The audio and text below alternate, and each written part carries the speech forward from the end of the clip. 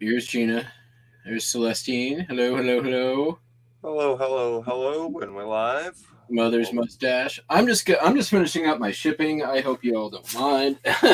No, fire away, man. Hope it's that night. We gotta do what we gotta do tonight. Hello, everyone. We are going to.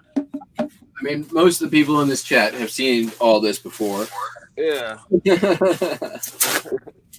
We're gonna be working tonight, mainly working and chatting.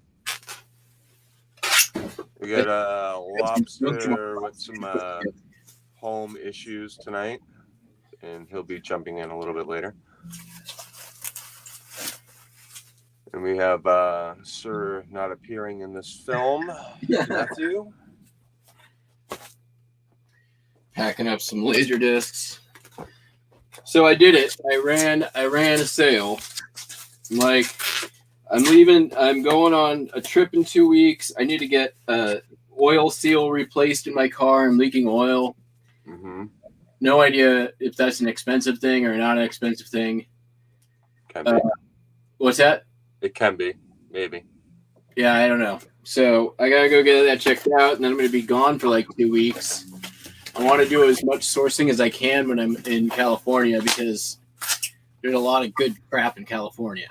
So, and then I'm hitting Reno and Idaho. Reno's got some great antique stores with a lot of vendors who don't know what they have. So, I'm I just need as much liquid capital as I can right now. So I almost never run sales, and I'm running a sale now. Nice.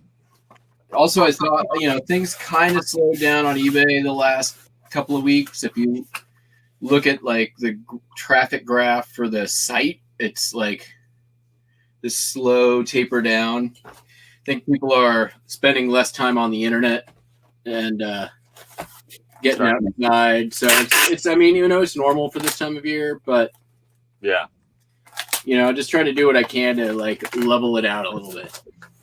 Mm-hmm. And it's working, definitely, for sure. Yeah. I'm on the end of almost like liquidation. No. Really? No. It's jammed down here. That's all. It's a little. Yeah. Got to do what I got to do, but. Yeah. Well, That's the problem with buying heavy sometimes. You might not have enough mental room than you thought you did, I guess, right? You might be like, oh, yeah, I got room for it. And then when you get home, you're like, no, I don't have room for it. I was to that point about this time last year. Mm-hmm. If you go back and watch some of my videos at that time, like the intro to my channel is me and my like 11 death piles at that time. Mm-hmm. And it was insane. But, it was just a matter of like, okay, buy less, list more, process the inventory as much as I can, like keep it moving through the system. Process faster. Yeah. And that's worked. I mean, my entire like death pile, I say death pile, that's just, people call it money pile or whatever you want. I call it a death pile. For me, that keeps it in my mind that it's something I gotta deal with, right? Like it's my money pile. It's like I'm hoarding it, and that's not my intention. Yeah. No, I hear you on that one. I'm not buying it as a long-term investment. I'm buying it to sell it, and the longer it's up there in my storage area, the longer it's not for sale. Absolutely. Yeah, I know. You do walk a fine line when you're buying in bulk and hoarding and waiting. Yeah. Because, there's items that you could hoard and wait for it to, you could tank it and buy it low. You can wait till it tanks, buy it low, hoard it. Totally. Wait. If I'm selling is long tail anyways. So if I'm buying for long-term investment, I'm pricing it high already. It might as well be like available for sale. Call it my J pile. Yep. Yeah. I call it my emergency fund pile or my oh shit pile. I need some money. But see, that's the thing is like that's well and good, but if it's an emergency like funds pile, then you also have to sell it. Yeah. Right? Like yeah. Yeah, you gotta turn the gear on or else you don't have anything. Yeah. So you not only do you need to have the stuff, but you need to have the buyer, and you need to have the time to get it out there, and you've got to actually have your 30-day buffer after the fact in case something goes wrong. In theory, right? Yeah, in theory, yeah. Not that anyone always does that, but I mean, when I first started, I definitely did that.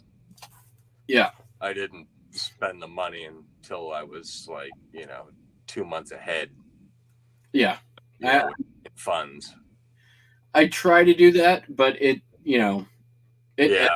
ebbs and flows. It becomes circumstantial. Yeah, each week is you might find some amazing haul that week, and you got to burn the whole stack. Yeah. But I mean, obviously, the goal is to like, if I want to stockpile anything, it's cash, right? Like, yeah, cash is king. Cash is king for sure.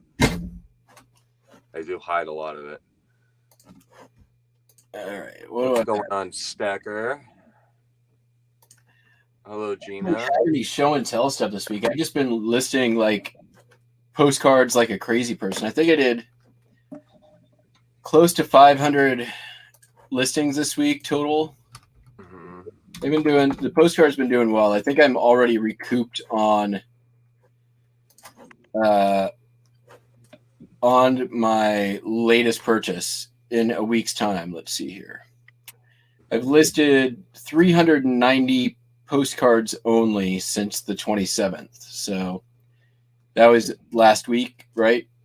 Yeah. A week ago? Yeah. Yeah. 390 listed postcards. Not too bad. No, not too bad at all. Hello, Sarah Burns and Mogo and Sarcastic Storage Stacker. The total on that, and I'm going to start doing this on my postcard videos, but total listed value for that $350 buy. Now, this isn't realized yet, and I'm only about halfway through, is $5,995. So just short of $6,000. And I've sold roughly about $350. So pretty good. Everything from now on is in the black. Yeah, I like doing numbers like that. When you list in batches, you do like, I've done it a couple times, like $5,000 worth of inventory at a time. Yeah. And it usually does like 500 to move out like the next day or two. Yep. So, I mean, if you list in power and numbers, then yeah, you can do percentages of how much is going to sell that week. It does do it. You can break down the math like that. It's pretty good. And I mean, that number doesn't tell the whole story. I mean, that's a gross listing value, right? Like, most of that stuff has make offer on it. A lot of it has free shipping on it. Not all of it does, but I have to at least pull out, call it 1,500 in shipping on that number. So that already knocks it down, to 45, assuming 350 a postcard to ship. I'll get that back on some of them. I'll end up paying it out on some of them. But yeah, usually when I have buys like that, where I end up with a lot of listings from a single buy, I'll track it. It's also just it's a motivator too. Like when you're like, okay, I want to see how much this X amount that I just put out is going to get me out of this. Yeah. Real quick, though, I know we're on your channel, but I'm going to take a copyright claim. I know a lot of people are heading over here from Harry's thing. I would feel remiss if we didn't at least like We built this city. We built this city on rock and roll. Built this city. I mean, come on. We built this city on rock and roll. They have this on the worst songs list.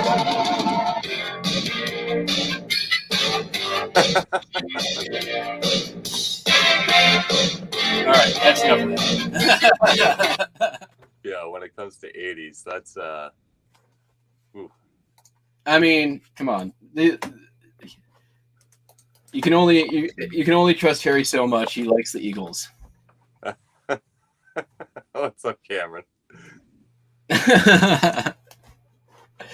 I mean, Marconi plays the mambo, man. Listen to the radio.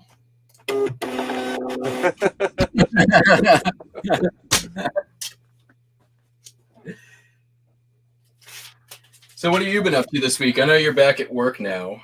Oh my lord. Nothing really. I had some pretty good sales through the week. Been selling those trucks? No. I'm surprised they're not moving as fast as I thought they would move, but I did sell 2 this week. That was fine. I'm not overly concerned about that, but yeah. You priced that stuff pretty up there too, huh? Yeah, I did. Yeah. I work the store off offers, so if I price it too low, I'll end up having to send the offer out, you know. Say it consistently sells for 3, I price it at 320, that leaves me like no room for the offer to get me back down to 3. So, no, I'm the same thing. Yeah, and it kind of sucks that it structurally works like that, but sadly it just works like that. They'll price it high. They'll see it. Most will just see it. That's how collectibles go. If it's priced really high, it kind of gains traction. Yeah, I agree with that. It doesn't go overlooked. They kind of look at it and go, "Look at this guy," or girl.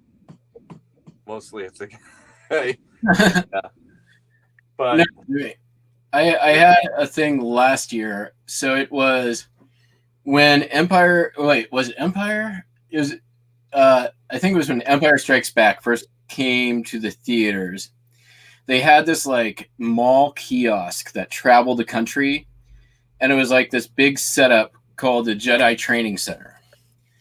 And I had the original architect drawings for this thing, like with the like architect. I put the thing out there for like, I bought it for $22. I wanted really roughly around like, between $1,000 and $2,000 for it. I knew it was going to have to go to the right person for that. But I knew to get the $1,000 or $2,000, I had to go like crazy money. So I put it out there for $4,500, I think was the price. And it did sell to the right person for $1,500, exactly what I wanted. He came at me originally with like $1,000 offer. And I'm like, I just can't do that. Like, and it was the guy who currently owns the Jedi Training Center. He has it's in his garage. Like, he bought all the parts to it. And so this was going to be displayed with that whenever it gets put together. So, but it's the same thing. You have to, for stuff like that, you got to go way high if you're going to get what you want out of it. Just means you're going to wait too. Yeah, I just think that it sucks that the happy medium is actually an offer and it's really not the price that you set it to be, Yeah. I mean, you could take one piece on that and just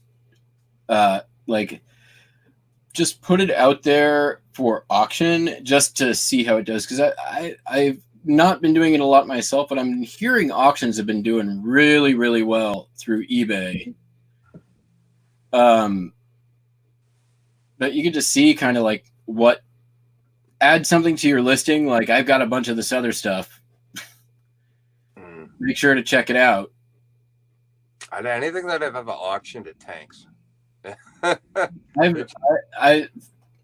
just doesn't overly do as well.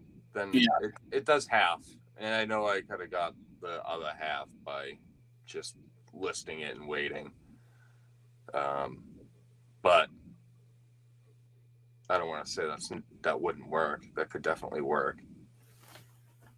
Yeah, auctions go in waves. I mean, yeah.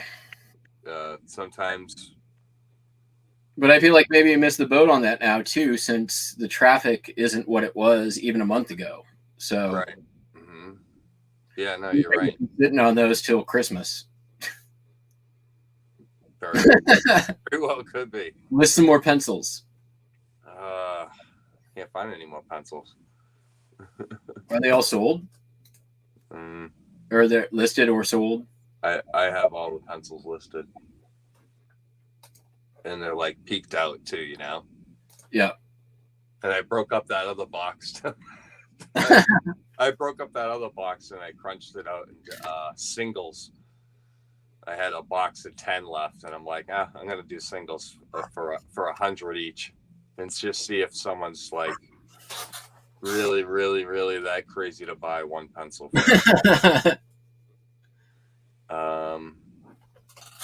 I've sold single pencils. I've sold single pens. I've sold like. Mogo says sometimes if I feel like price too high and people won't make an offer at all, it's kind of weird. That can happen for sure. Yeah, I agree with that. There's a sweet spot. Lobster. Don't be burning pencils. How's it going there, dude? Hands on the wheel, Lobster.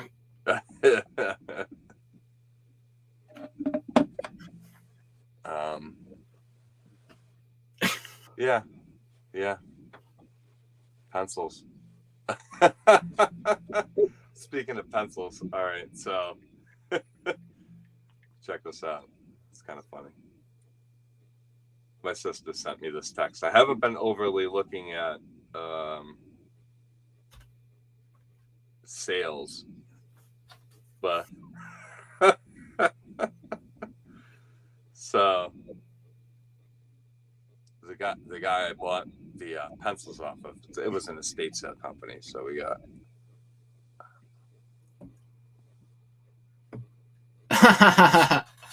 another bunch of pencils. Yeah, front row and center in the photo. That's hilarious. A box of Eagle pencils, kind of in the photo. That's sitting there waiting placed. Yeah, waiting for me. It's probably priced at like $80. Justin bait. Yeah, some bait. He threw some bait in there. And yeah, he does that too. Like he'll put the kitchen knives on the counter now. And, I mean, that's not, Yeah, but it's nice to be thought of. Yeah, it is nice to be thought of. So, hey, stage it for me. I don't care. Whatever. I mean, the next step is like just put it in a box for me. Like I'll be there to pick it up. Like why are we going through with this? Yeah, you don't need to buy it. You know nobody else is. Let's just make it easy. Yeah, I mean, all right. I'll go there. I'll go there. So, with the story of the pencils, I got a lot of slack from that. My buddy was like, "Hey, you screwed me, and you misled me, or you didn't tell me, and I mean, yeah, we're all friends and all, but it's not my job to tell you what is worth what and how much you should price it, and it's just not my job. If you want to pay me to help you, price stuff for the sales or something, then I could see that happening. Yeah. That I didn't price it, and then maybe I came and I picked it out or something like that. That's swindling. But when you price it yourself and I go to your sale and I buy it and then I sell it for huge money, there's no swindling involved. That's just me being a picker, picking an item, and That's find out it's like worth money. you're the one running the estate sale. You should already know this is how it works. Yeah. Your job is to price things. My job is to find your mistakes. Yeah. So, I mean, when you want to go out and, talk shit about people, behind the back, you're better off just saying it to the face if you want to get things done. So, yeah. I mean, am I talking shit? No, it's just going to be a public video. So if he watches it, he watches it. I'm not trying to quarrel on any turf or anything. It's just what's right is what's right. I go to the sale. I spend all kinds of money on all kinds of bullshit that no one wants to sell anyway. Help you clean out a house. I mean, that's a favor enough on my end. And if I can sell your trash and shit that you're going to throw in a dumpster, and it's going to the landfill and I can upsell it, that's not me swindling you or being a bad person or being a dick. I'm actually, kind of helping the world in a little bit of a way. So true. I mean, at the end of the day, like, it's not like everything you're getting out of there is a $400 item. Right. Yeah. That's circumstantial when you go. Right. Like, there's, some of the stuff you're making, double, triple your money, probably more than that, I'm guessing, but like, you're not everything is a freaking home run, right? If it was, you wouldn't probably have your other job. Right. No, it just irks me that, the social media platforms can get you in a bind with post and boast about, or, it's not even boasting. It's just, hey, friggin' vintage pencils, check them out. Maybe that shit's overlooked. Yeah. And that's it. And if I drop that information for somebody, they should be grateful because now they have that information for later, especially anyone that runs any kind of company or does any kind of selling at all. So now I mean, that's the point of this. It's not. Yeah. It's not. Also, when he says stuff like that, that also ignores the substantial grind that happens between you buying those pencils and you getting $400 for those pencils, right? Yeah.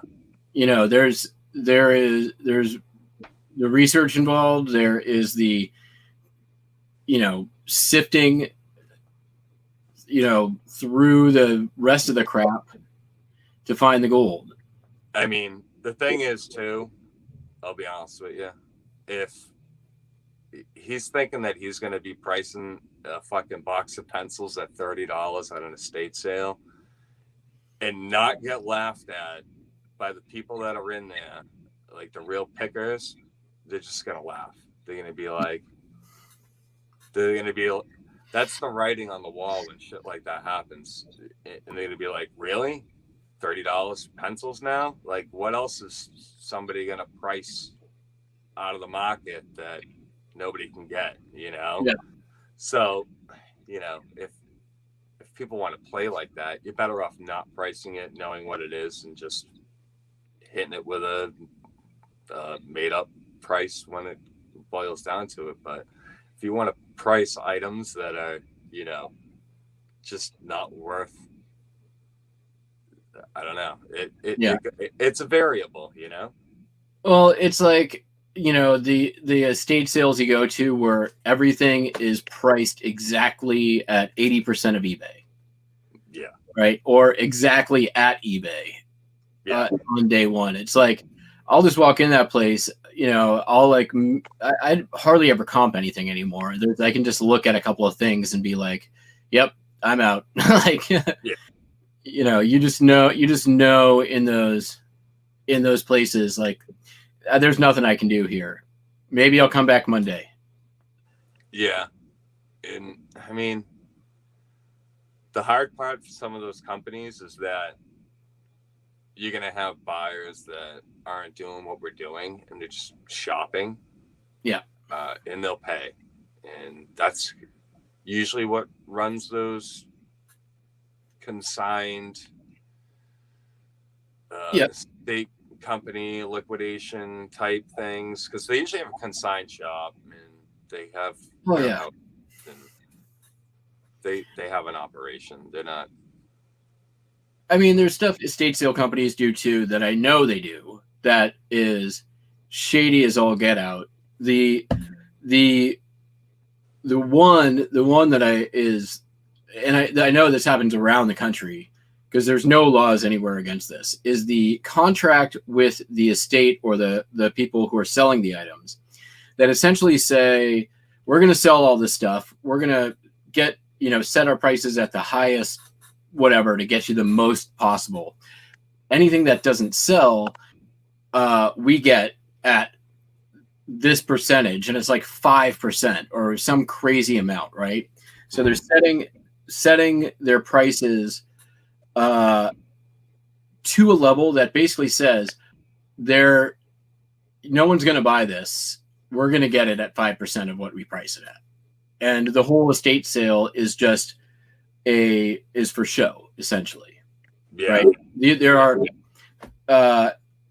the other thing is there's tons of them where it's like all the good stuff is going out the back door before the doors open. Right. Like they're going, you'll see like the pictures of everything go up a week ahead of time.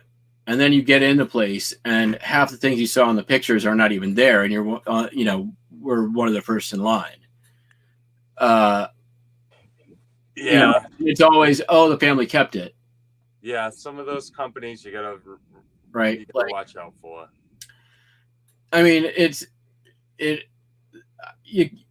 all smoke and mirrors. I can't blame them partially because like when you have those relationships as an estate liquidator or whatever, you want to be able to have reliable income from whatever state you go to. So you have your guy who deals with this stuff. So when you're getting, clearing the estate, you can automatically just get this money from that person for this stuff and not even have to worry about the whole sale. Right.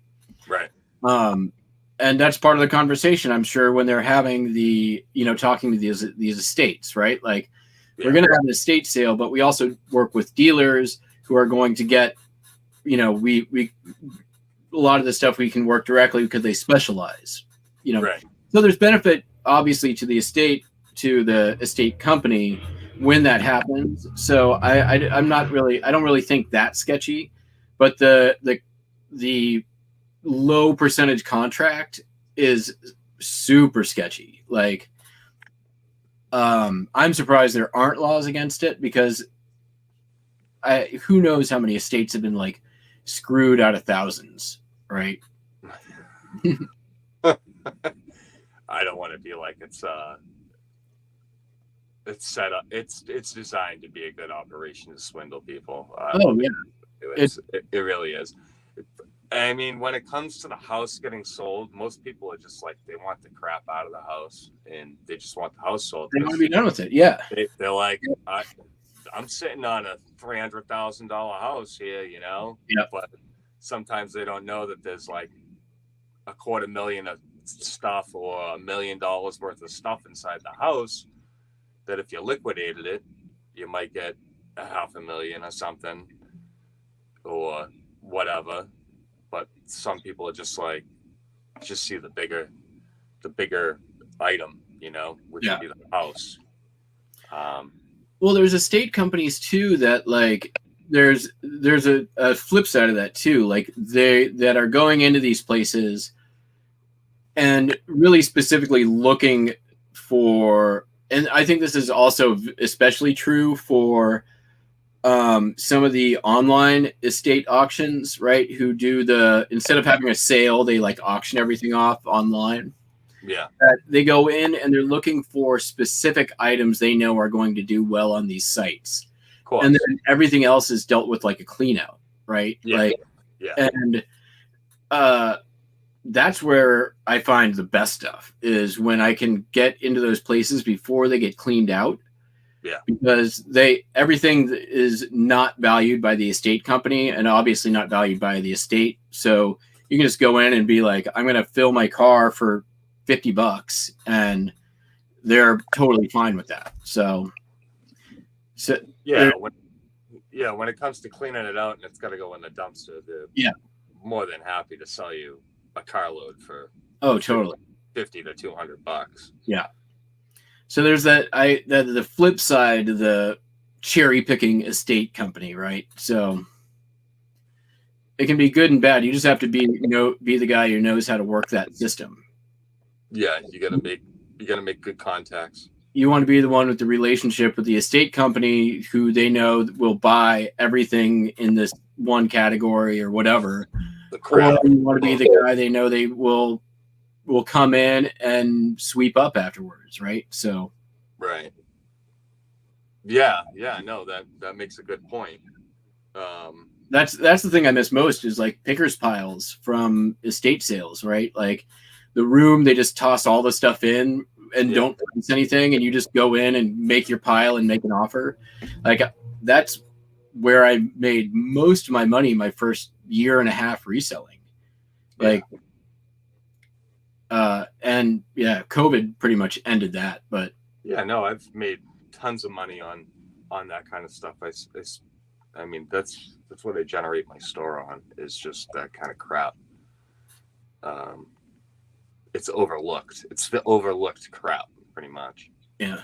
No one wanted to grab this rusty end because it's just an end. They don't want to grab it and be like, is it worth 30? They don't want to look it up, so it gets overlooked. It gets left in the house because they didn't want to look it up while they're in the house, or they didn't have a good enough eye to know whether it was good. Then that should be considered the crap. And then I'll just go in there and I'll grab whatever I think looks good out of the crap and then crunch it out. I'll just look it all up. Yeah.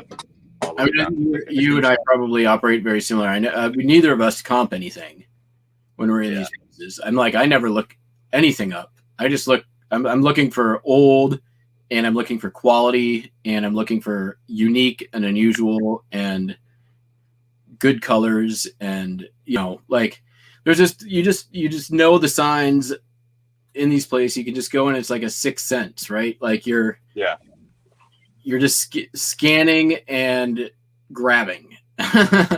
Yeah. I think that's the best way to do it. Is just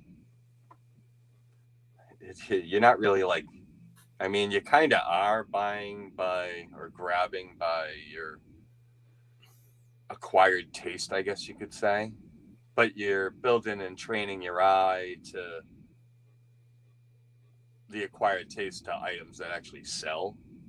Yeah, I think it's more like it's like in poker you've got tells. This is stuff that has tells, right? Like there's just certain things that when you see it, what it means, and just to grab it, right? Or that your odds are best for something like this, right? Like to go look in the drawers and find some like old pencils because one, that's overlooked, B, it's going to be cheap, and C, there's a very good chance there's a good return on that stuff.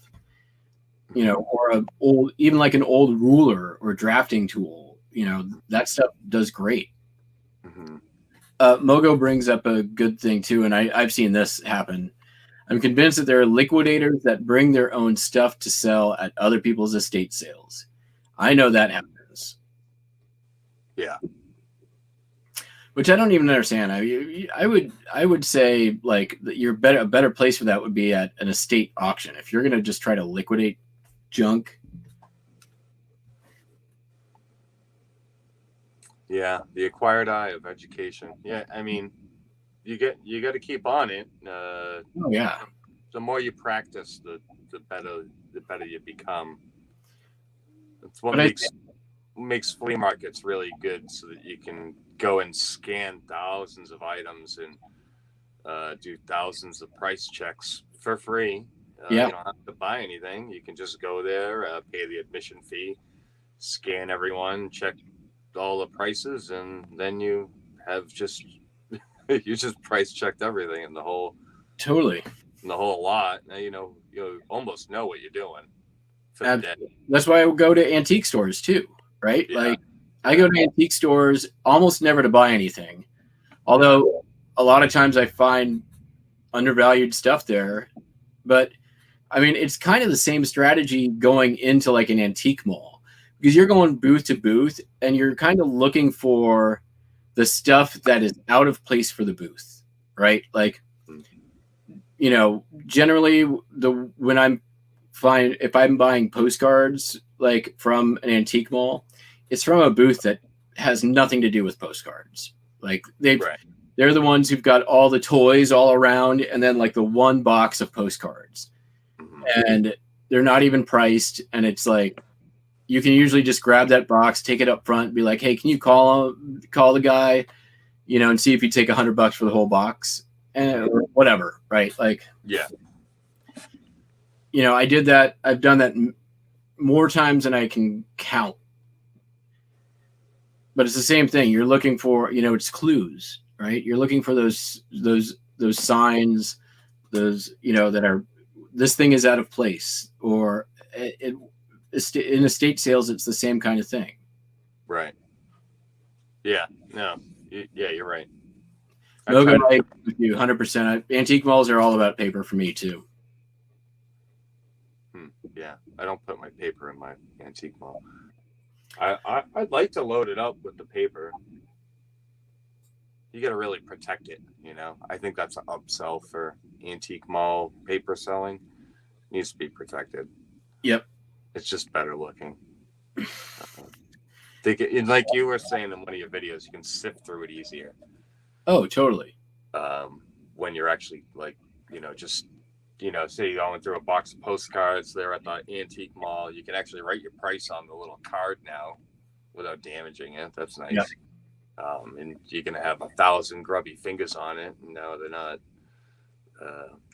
overly damaging your product. In case if it doesn't sell there, you might need to sell it somewhere else. So you don't want it overly ruined. Yeah.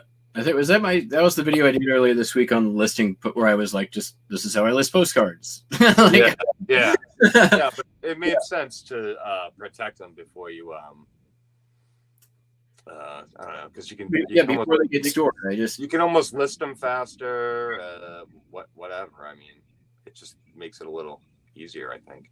Yeah, it's and the storage element. Yeah, it's bulkier when they're in storage, but it's not significant. I'll put it to you like this too. Like, all right. So I had these comics. All right. Now, I don't know what any of these are worth. I don't know what any of them are worth. I gotta look them all up. Just comics, you gotta look them all up. It is what it is. Yep. So if they're not in the sleeve, then you're gonna overly touch it. So yeah. Let's just say I don't know, but let's just say this is $5,000. All right, you don't know it's $5,000. All right. And you're kind of scanning through them and you're looking them up. You hold a lot of liability to ruin it, all right, first off. So, right off the cuff, if you just put them in the sleeve, well, now you have all the protection for days to, go through it and look it up. Now you don't feel overly concerned like you're going to ruin each one while you're looking it up.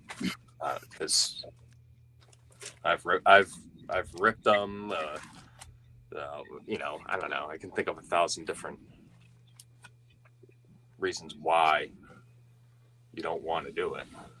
Yeah, Yeah, and what you said and Mogo said in the chat. Sleeve postcards.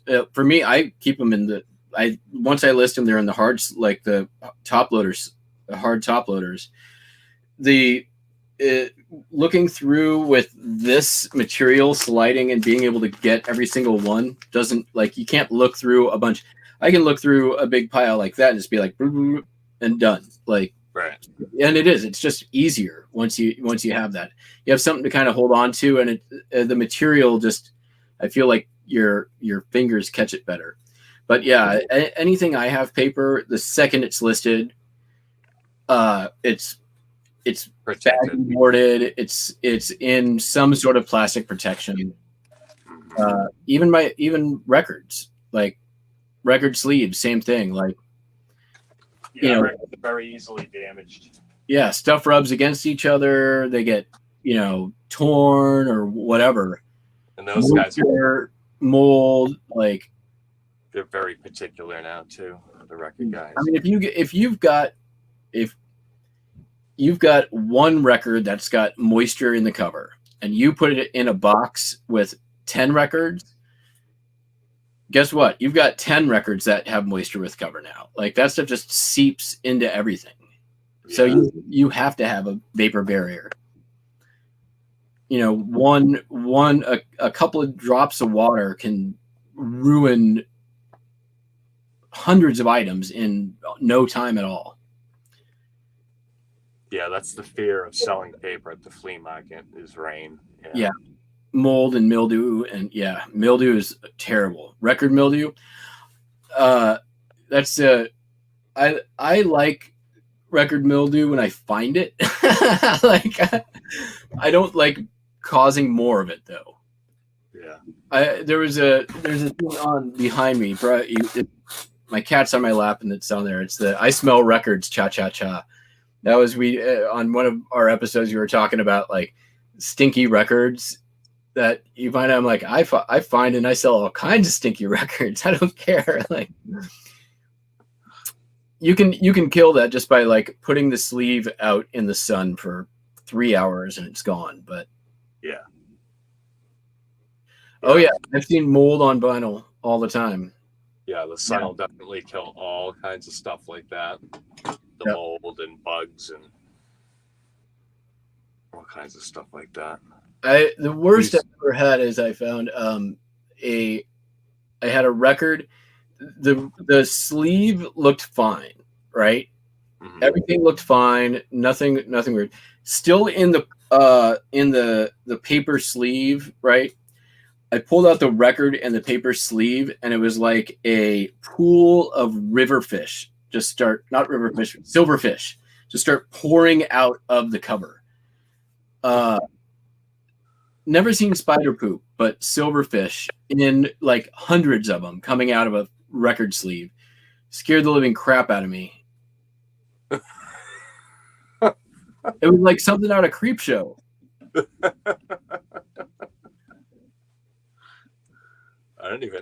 We might have to find something that looks like what you're talking about. Think we can find a YouTube video of what you're actually talking about? Like silverfish record sleeve? Let me see. I'll look it up.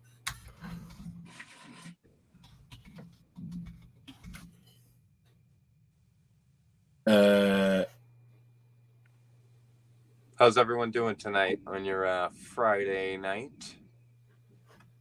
Hello, Marie. Hello, Harry. I saw you come in here, Harry. Hello, Carter.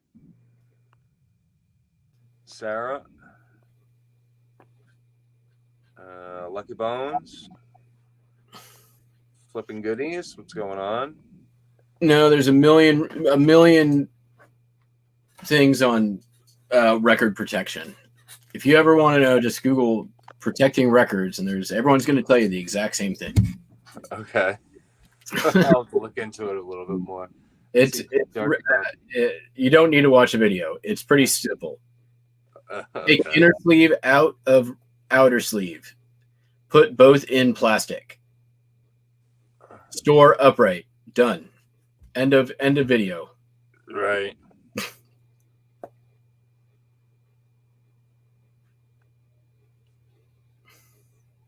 So any records. anything else interesting this week for you? No. Did you end up? Well, yeah, we got talked about it last week. I got my vaccine, and then I got survived the GD pandemic. Didn't get the Rona. Get my first vaccine. A week later, I get freaking shingles.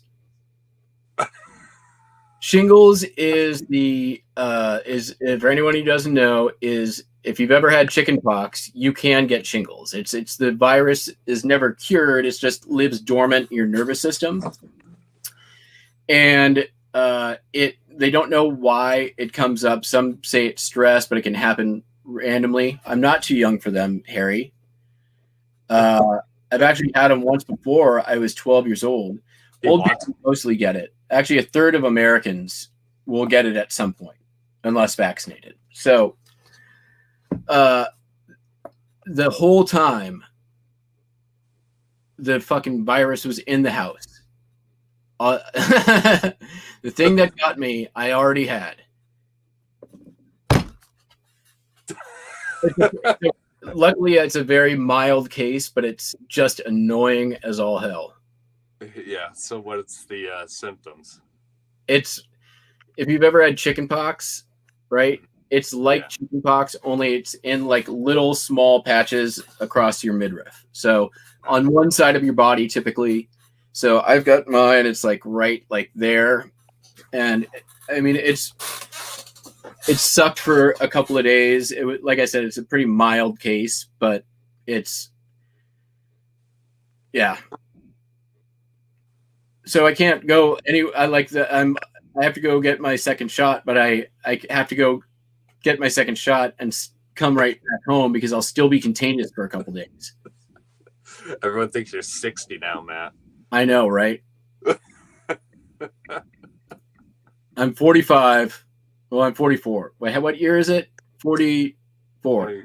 I don't even know anymore. I don't know.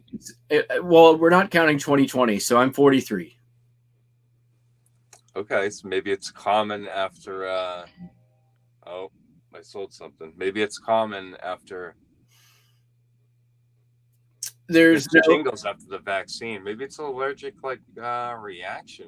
There's no, it's not allergic. There's no. It's been debunked that there's any connection between vaccination and shingles.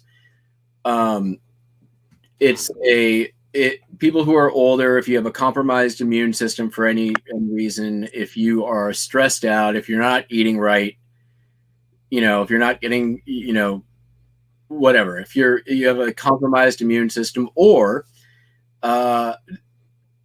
completely at random, they don't understand enough the connection of why it activates. Yeah. If I was to get it, I get it randomly. This is the second time I've had it. The first time I had it, I was 10, and I had one patch on my shoulder and back, and the doctors were like, yeah, this is weird. You're way too young to be getting shingles, but it's not impossible. So once I get my second vaccine and then I wait 3 months, then I'm going to get the goddamn shingles vaccine. We all got chickenpox when I was a kid. We all got it at once. Yeah, that's because our parents had chickenpox parties. We were on vacation. They infected us on purpose. It was like 30 of us at one house. Yeah. Everyone had chickenpox. It was crazy. Yeah. They do that on purpose. So you get the immunity. Freaking nuts.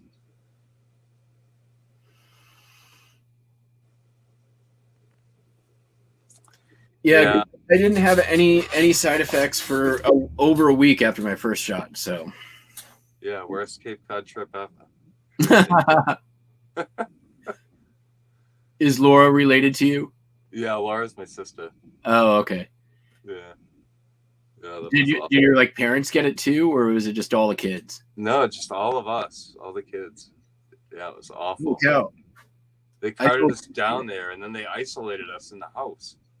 Yeah. They're like, "Oh, no, you can't go to the beach. You got chickenpox." We're like, "What? We're at Cape Cod. We can stay in the house." What'd you sell? what did I sell? I sold five of those books that I went back for. I went back for some books with the first lot of trucks. So he said I could have the box of books. I didn't grab the box of books, and then I went back. I was like, forget it, I'll take the books. You know, honestly, I texted Lobster right after. I was like, hey, thanks for the free $80, buddy. Like, huh? And I'm like, well, if you weren't getting those books, I wouldn't be like, maybe I should get the books because maybe they might be worth money. You know, usually just I don't want the books. They're too heavy. I already got enough crap in the car. So I went back, I grabbed them. There was 20 books in the box. There was 10 to 12 of them signed.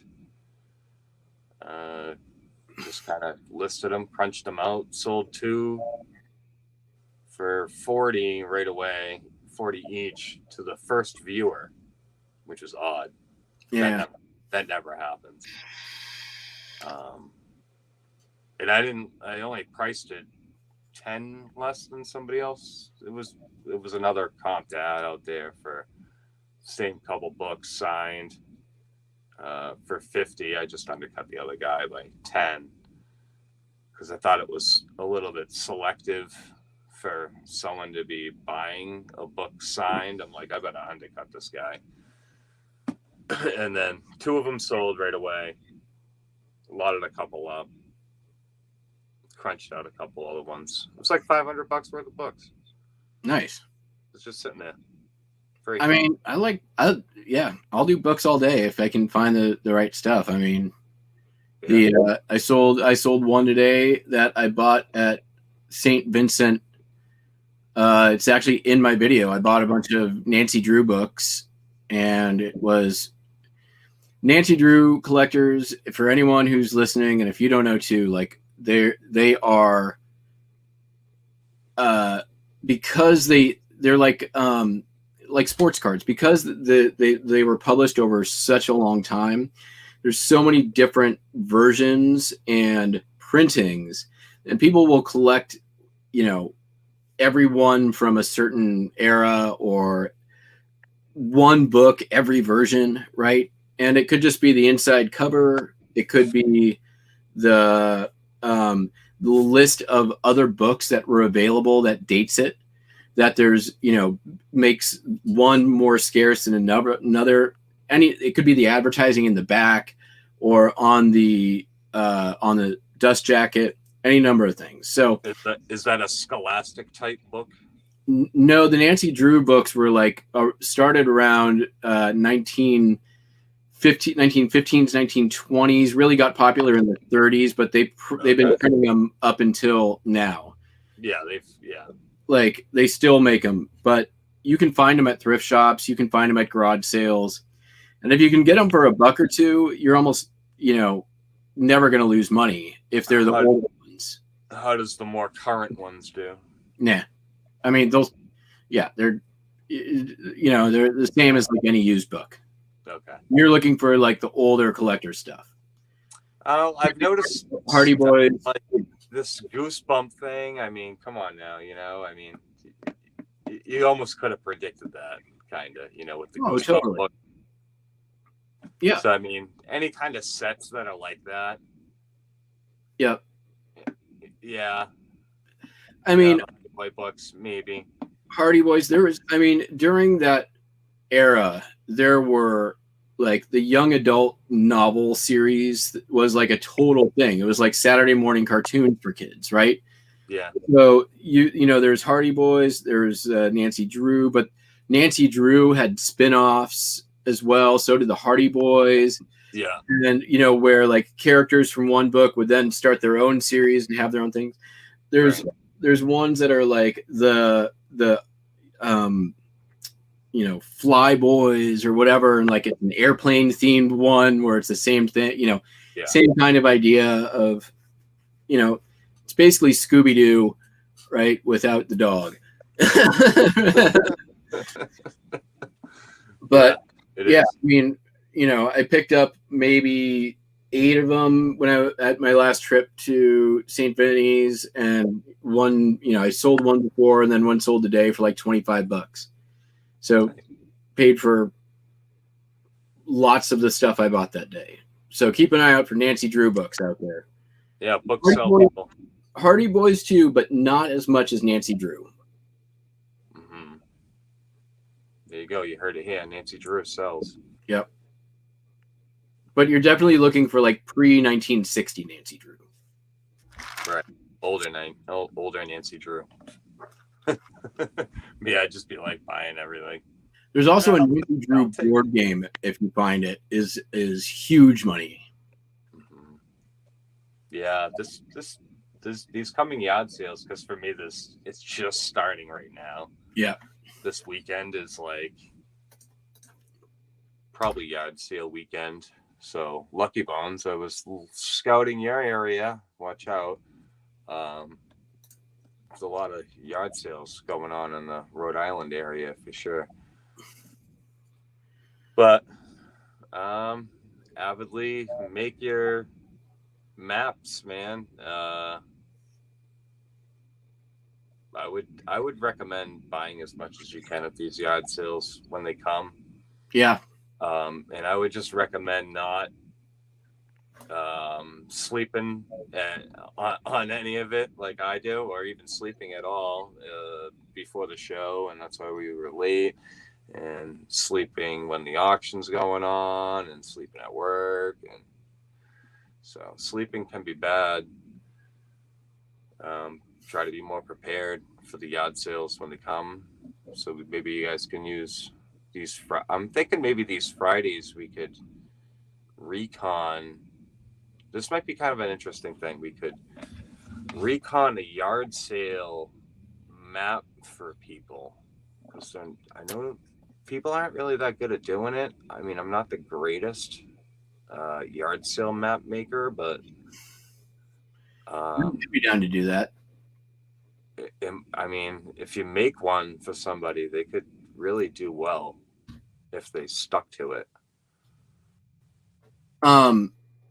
Yeah, I mean, now that yard sale treasure map is gone, we could definitely, like, pick somebody out of the chat and,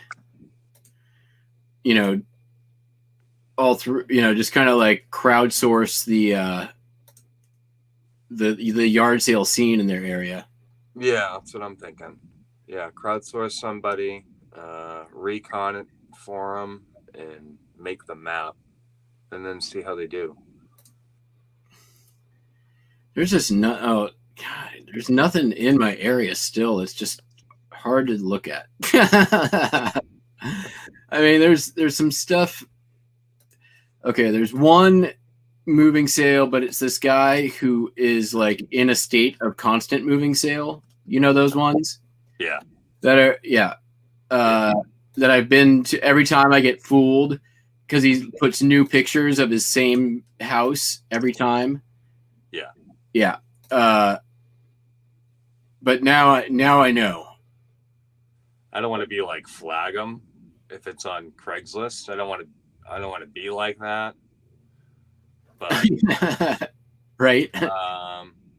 I just know it now. There is one yard sale, like person that does that. Now think about this, all right?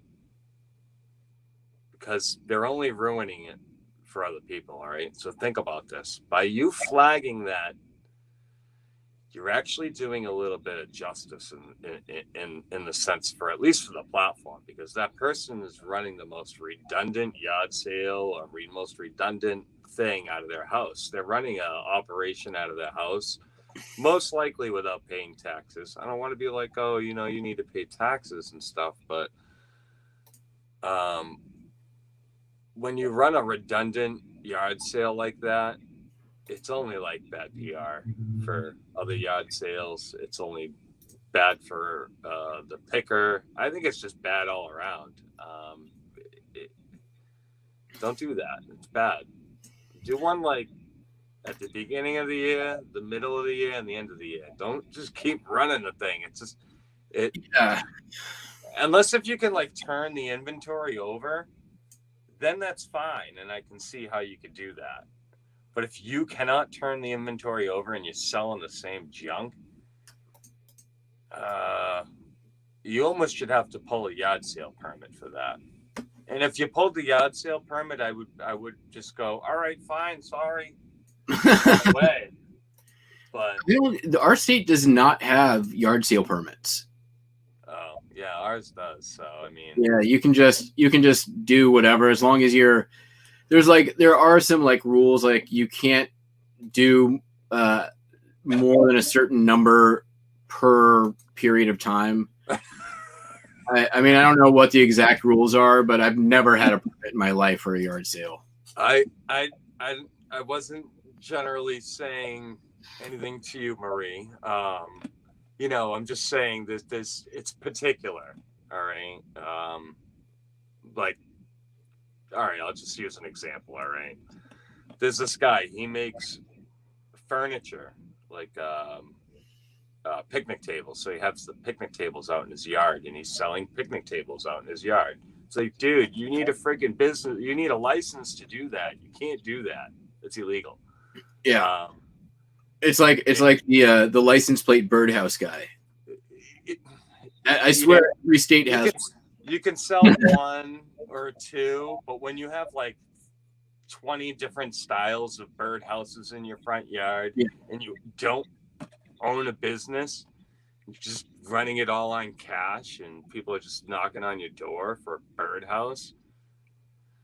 I mean, it's not 1940, and you have to pay taxes on that. I'm sorry, because first off, you're probably on a main road, and you're creating a distraction on the goddamn road over your birdhouses. No, just joking.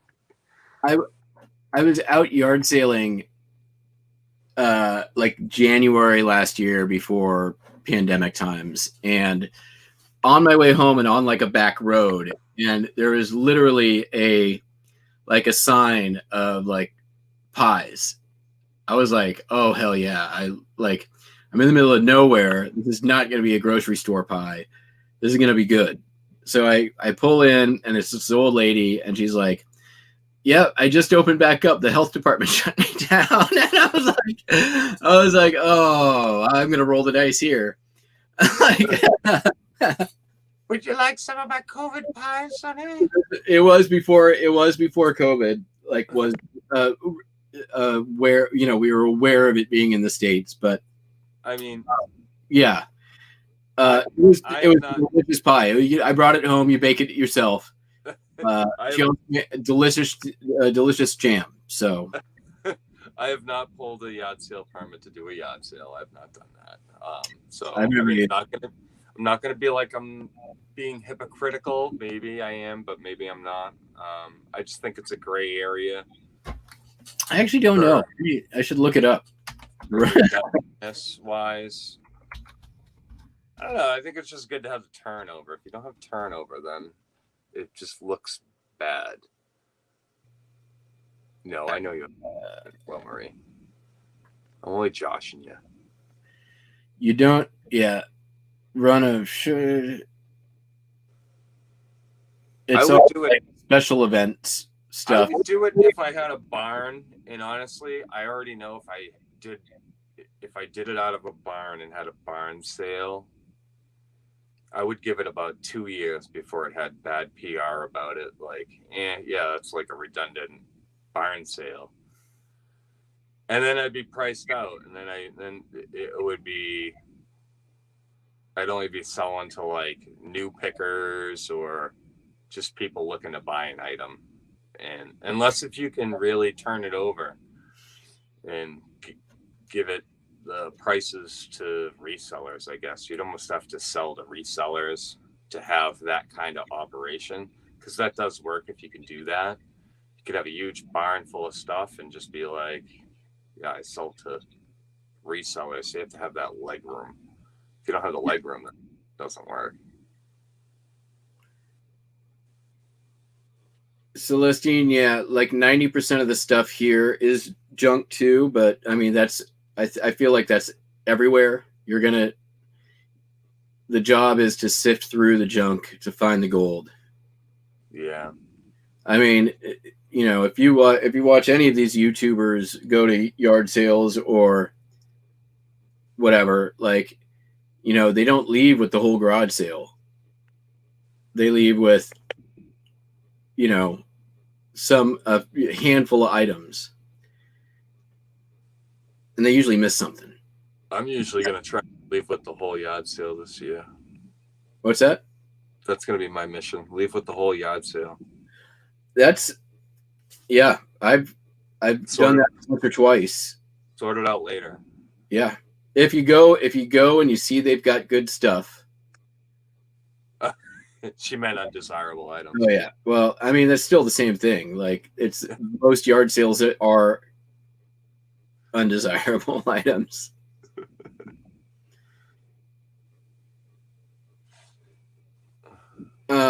Yeah, the one I went to where I left with everything, it was like I was still working at my other job.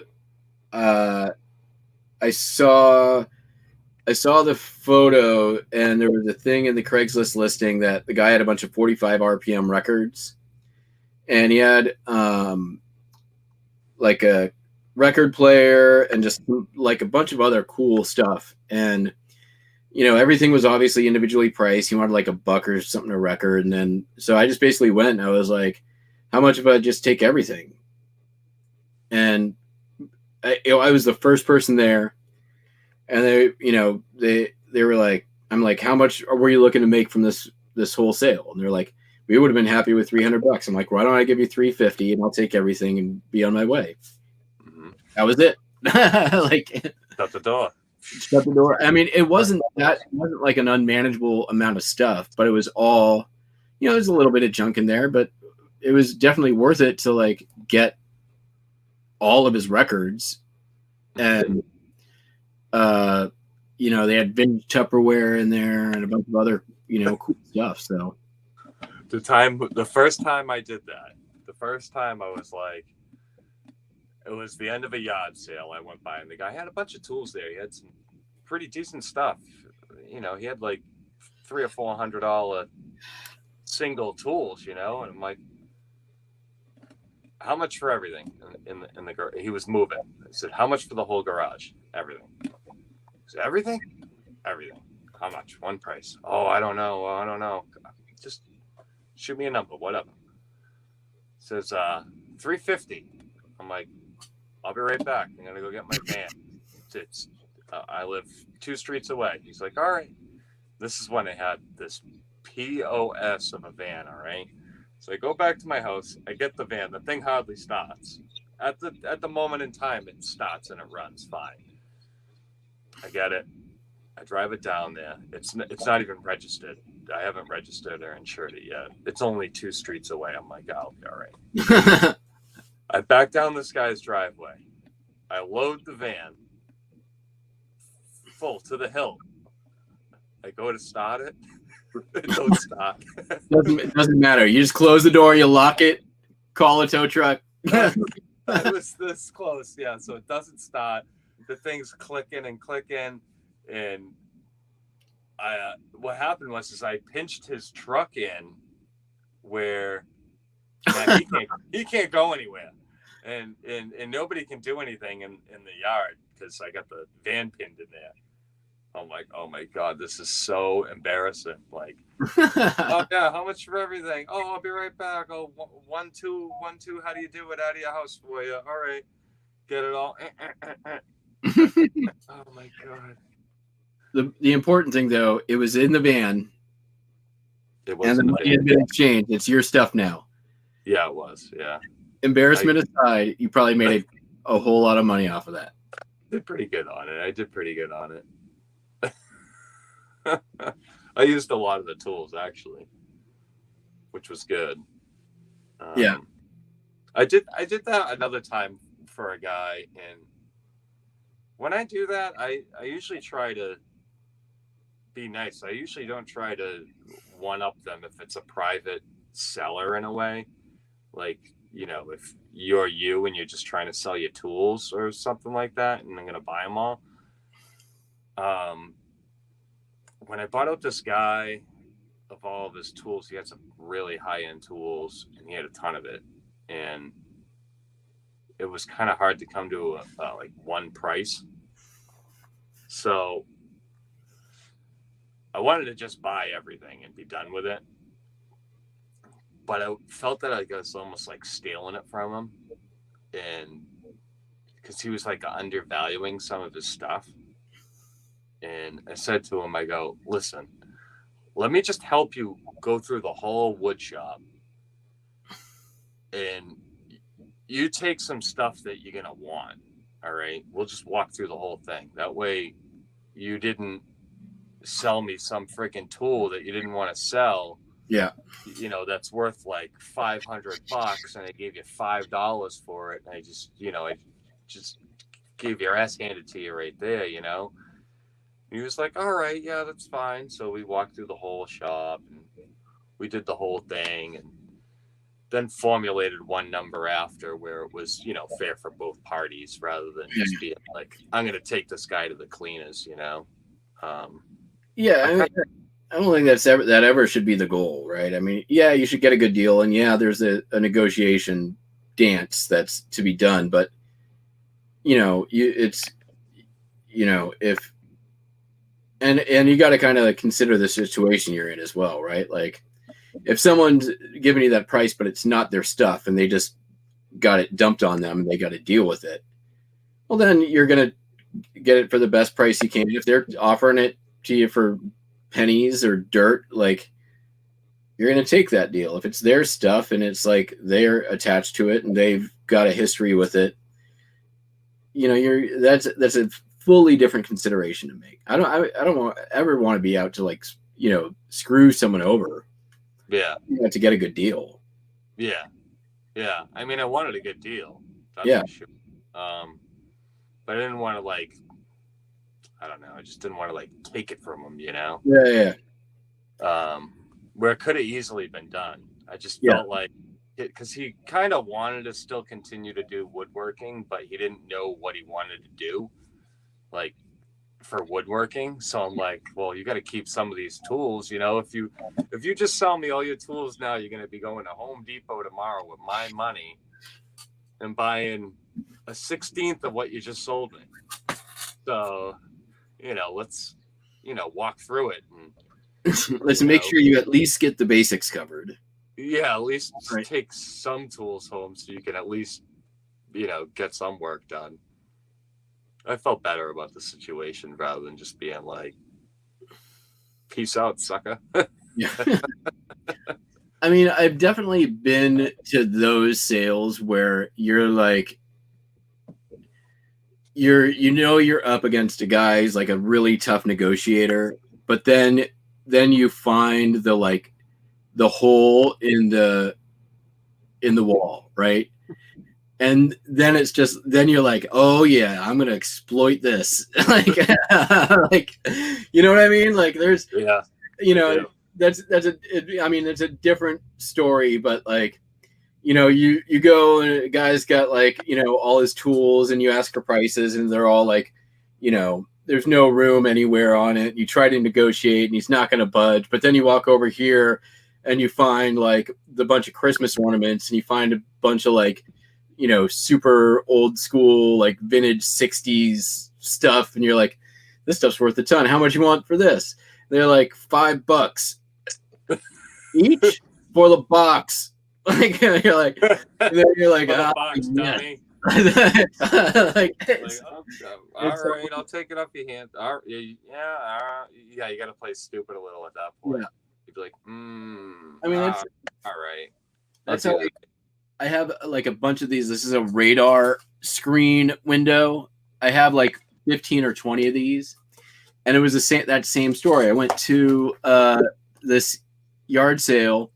The guy had a bunch of knives, a bunch of like belt buckles and tools and all this stuff. And I'm trying to like make a deal, and everything's super high priced. And then I go off into the like far ends of the like scattered yard, and I find like a whole box of these, and a whole, you've seen the gauges, the dials that I've been selling to, and a whole box of those. And I'm like, how much you want for this stuff? And it was like $20 for both boxes. And I'm like, okay, like no question. You can keep all that stuff. You'll have it at the end of the sale. I guarantee you. I'll take this. Start the car. Yeah. I mean, those gauges I've been selling for like over a year at like anywhere from like $25 to $50 a pop. And then I had 2 or 3 of these listed, and when they sold out over like 3 or 4 months for like 25 to 50 in that range, same thing. So that, I finally just got the rest of them listed, and 2 sold right away, and then I just sold this one was 35 plus shipping. I mean, it's gonna go like I could probably just put that in a padded mailer and it'll be fine. Like it's thick acrylic, like it came out of like a ship. It used to have it had gear things here so you could adjust it and rotate it. Yeah, cool rolling tray. Yeah. Or that. I should have kept one for that. Yeah, you could have. Yeah, always go for the places people aren't looking for. That's what same thing. Same reason why I go for the pickers pile, right? Or the pickers room. Yeah, I like to start with. I don't like to start in the trash pile, but I keep it in the back of my mind to never forget the trash pile. Yeah. I've even pulled stuff out of the trash pile and been like, how much you want for this? And they're like, $10. And I'm like, I just got it from the freaking trash pile. Yeah. And they're like, yeah, but that's nice. And I'm like, yeah, but I got it from the trash pile. Dude, I'm going to show you something here. If I hopefully have it right here. Sometimes you can really find some good stuff out of the trash pile. And then they're going to sell it to you for heavy money. Well, sort of. $10 is heavy for me. My best ever trash pile score.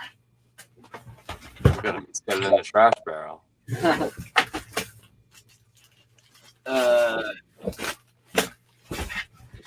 Oh, here it is. There it is. Okay, I've had to sort of reconstitute this. Give me a second here. It got all messed up down in storage. All right. So I'm at this estate auction. Actually, it was an estate auction pickup. Okay. And I picked up my stuff, and they had this like big pile of stuff that's just marked Goodwill. And I'm like, do you guys mind if I go look through this pile? And they're like, yes, please take whatever you want. What's going on, Lobster? And I find this box sitting there, and I open up the top of the box.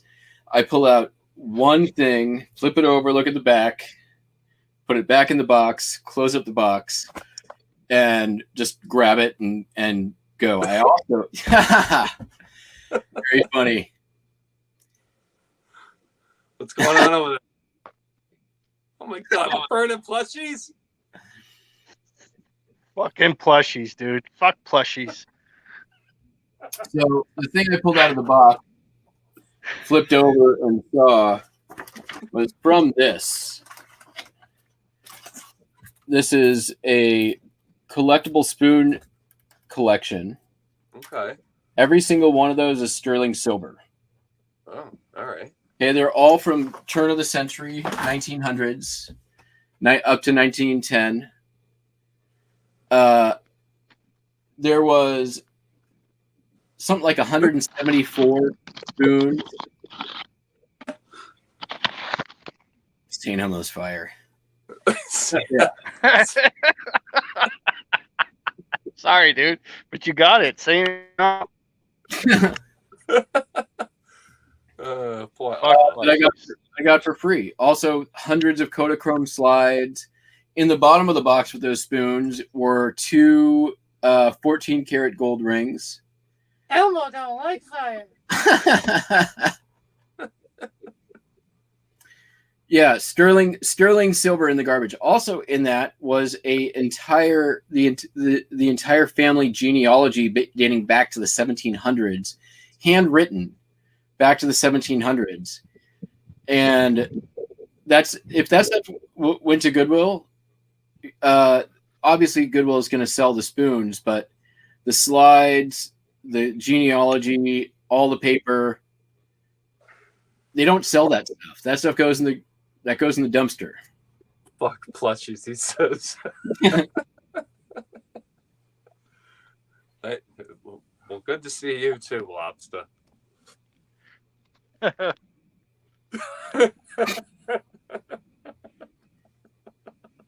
You know how many chemicals are in that thing? You can't cook food on that now. That's the old one, dude. Oh, that's his old barbecue. Yeah. Yeah. That's the burner. That's to get now. warm. Oh.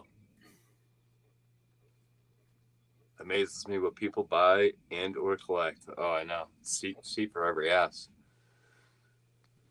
The things that people buy or collect and the things that people throw away. Very much the one person's trash is another person's treasure.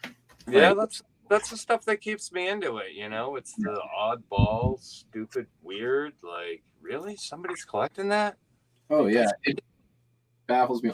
The other cool thing is that having this allowed me to date. There was a book that dated where and when they picked up every spoon.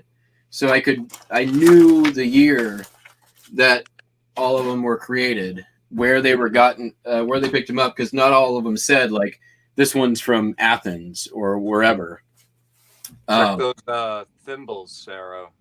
Yeah. Some of those thimbles can be pretty pricey. Thimbles, like Limoges did some really, really sought after thimbles. Some of them are sterling silver. Yeah, sterling silver. Needles, scissors. German sewing scissors can be tons of money, and nobody looks through that stuff. People always look at the fabric. They always look at like the vintage yarn can go crazy money if you can find natural fiber vintage yarn. And he's gone, folks. He's off to make a burger. An Elmo burger. Yeah. Vintage yarn. I haven't sold any of that. Have you sold some of that before? The stuff that does extremely well, is it really valuable, is alpaca.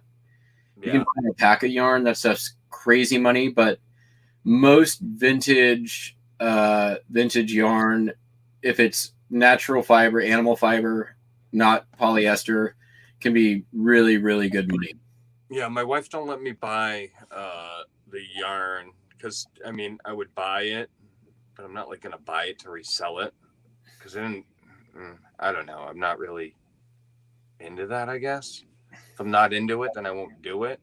But if I bought it, then she'd want it. Oh well, but she don't want to use no used, moldy, dingy yarn. Apparently yarn can get can have problems. I'm talking like bald or skeened. Skein. Yeah.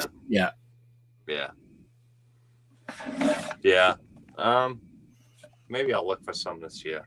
It's one of those things that if you see it, grab it. Yeah, I've seen a ton of it. I just this Singer sewing attachments is another one I find all the time, and if Humstone's still here, he probably knows what I'm talking about. Like I don't want to deal with the whole sewing machine most of the time. That's just not. I don't want to do that, but you can find those little boxes with the attachments, or even like anything that says Singer on it is gonna sell. Like guaranteed. I think it's the 404 that's usually does really well. It's very common. It's a smaller one and it folds up to like this. Yeah. It's got its own independent case. I think almost everyone can find that. I think it's called the 404, but it does like $400 usually if working. I've sold that like 2 or 3 times. It sells every time fast. And there's some parts to that do really well, but any of those small singers do really good. It seems like the bigger they get, the kind of less they get, but sometimes the bigger they get, they can go for more, but that's only like the leather work ones that can actually go through, heavy duty gauge fabric, leather, like rug, stuff like that. Sarah, it's funny. Yeah, sorry, Sarah. It's funny you said. I was going to say that as well. Singer manuals, like I've sold Singer manuals for $75-$80. Like the little green book that you got with that. Yeah. There's all kinds of little attachments to that Singer shit. You can find it at the flea market a lot. You're always going to find it in a tote at the flea market. Like the little attachments and the little ends, that all sells a lot. You could do pretty well on it if you pay a couple dollars for it. I need to get.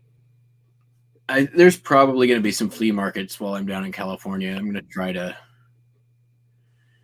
Alameda Flea just started back up too, which is my favorite. Like it's like the biggest flea market on the West Coast. Like the entire airfield at Alameda, what used to be the Alameda Naval Base, is just a giant flea market. And, there's super high end stuff there, but there's also just so many sellers you can find anything. There's tons of but everything's $1 places. And every time I go there, I make a ton of money. So the cool thing about buying off of resellers at flea markets is they might not have their crap together. So keep in mind if they have high-end stuff consistently, like let's just use me as an example, and I'm not saying I have high-end stuff, but let's just say I do, and I'm taking it to a flea market. Well, if you consistently go and you consistently check, you never know when the price drop comes, because what if I have a pinch in life and then I need the money and I need to cut all prices in half and just liquidate. You never know when that's going to happen. And that can happen for anybody at any time, because that's just the way this business is. Anybody could relocate at any time. They're like, oh, I'm moving. Or I got to get out of the state. Oh, whatever, and it all's got to go fast. And the one with the most capital in their pocket wins. That usually happens. So always have an emergency stash and always be ready to fire away. Yeah. That'll get you ahead at least for a couple months. Recoup and then redo it. Just keep going. I wonder. I don't think my state has any flea markets that are open at least until June. Because I'll go and if you're nice and you ask, it's cheap. If you're not, it's regular price. That's how There's the flea market, the Fremont Sunday Market in Seattle, but that's like the touristy, overpriced. I know there's some like way far south by Portland. Yeah, when it comes to the ride, if you have to drive an hour to your flea market to check on it and tend it every week, that's a little lengthy of a mission. And I can understand why people might be like, no, I'm not doing that. But if it's 20 minutes to a half hour away, it's almost worth it to just go check it out and then leave. Is what it is. No, there's a flea market in Puyallup tomorrow. That's not too far from me. But I can't go. I can't be putting miles on my car until I go get it checked out. That's not a and this is not a flea market. This is somebody's warehouse with their garbage.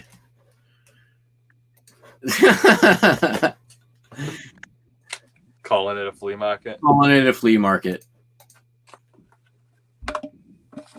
I'll be right back. Only I didn't bring a drink down here. Keep them entertained. all right. Don't say postcard. The Lobster's clearly home and still not logging on.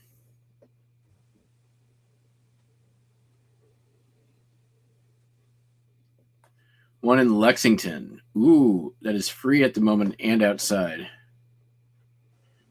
Yeah, I'm thinking it's still everything is still probably a couple of weeks out, like at least. We're starting to get in the spring though, so there's going to be more stuff every week. I'm planning on my trip down to California in a couple of weeks here to be to definitely be hitting some antique malls, flea markets, like doing all that stuff. Unfortunately, like the one weekend I'm in California, I'm going to be camping. But once I get my car fixed, I'll be a lot more comfortable being much more mobile. I would love to go to a 100-mile garage sale. Celestine, yes, I'm going to film on my trip. I'm going to be doing a lot like my last road trip. It's going to be like just little shorts along the way as much as I can. Some of it reseller related, some of it not. So it'll be fun. You're in the back room. I'm in the back room. I'm looking at the back room. You're not back here.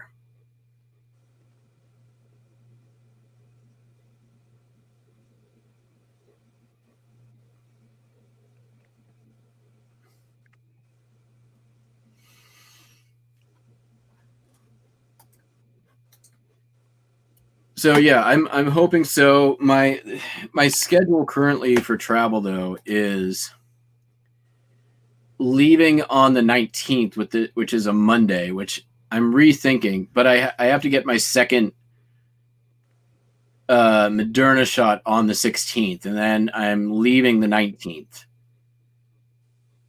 And then hoping to be in California on the 21st or the 22nd. And then I have a couple of days. I'm going to definitely go pick Eco Thrift. And then I'm camping the 24th, 25th. I'll be in Reno on the 26th, 27th. And then I'll be in Idaho the 28th, 29th, and 30th. That's probably where the 30th and 1st is probably when I'll be able to do my most picking. And then hopefully there's some stuff in Boise around that weekend, and then Coeur d'Alene on the 2nd, and then 3 on the 3rd will be like Shipocalypse.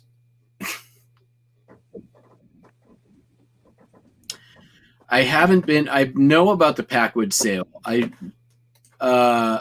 didn't go for some reason. There was something happening when I first learned about it, and I couldn't make it the first year. And then last year, of course, the Rona, and I wonder if they're going to do it this year. It's a gem. All right. Overlooked trash. I'm going to kind of go through it now because I have time to be my show and tell. But I gotta go.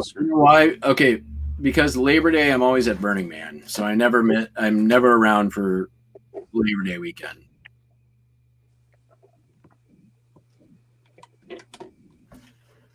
And I was doing something else on Memorial Day, so All right, I'll be back. All right.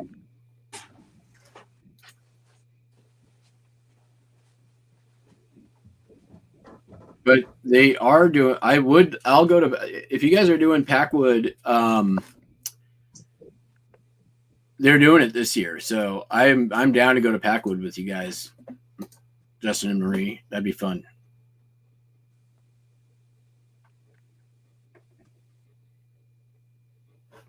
For the Labor Day, not Memorial Day. I sold a thing. Huzzah!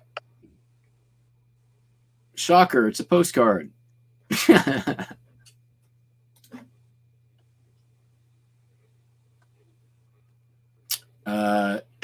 Postcard of the 1915 Panama, California Exposition in San Diego. It's the Diego Cabrillo Bridge. You know where that is, Lobster?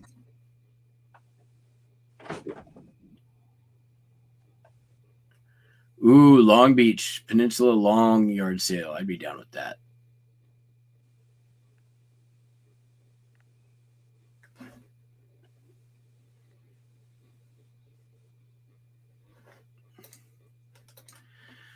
Yeah, I'm itching to get out to yard sales and estate sales, as you can probably tell. And I would love to go honey badger at a freaking flea market. Marie, do you know if Portland has started up their, is it Sunday market or Saturday market? It's been so long, I can't remember the day. The Portland Farmers Market. I've done really well there too.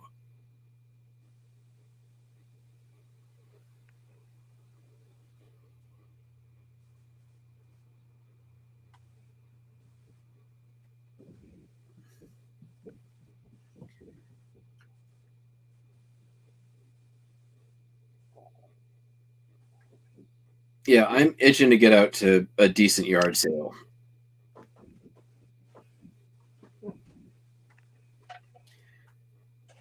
Yeah, Marie, once I get back from California, it'll be game on.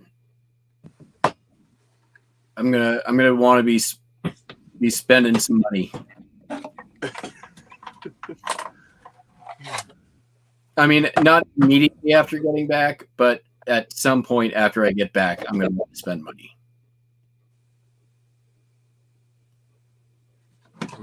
My local auction house did not survive the coronavirus, which it was my favorite little place, but they ended up closing for good. And there's another auction nearby that is not my favorite, but I will buy from them if I have to. Let's see here. Do they have anything coming up? Why'd they close? Because they couldn't open. No. And they didn't pivot to online. Yeah, do that. I don't know why they didn't, but yeah, every other auction house in the state did. Yeah. Ours did. They killed it. Oh yeah. They did better than they do. Yeah, every other one in the state did the same thing, and like, let's see here, upcoming auction events. What do they have here? They've got the going on now, Central Kitsap School District Surplus Auction. Chromebooks. None of this stuff. This is just going to all be like computery stuff.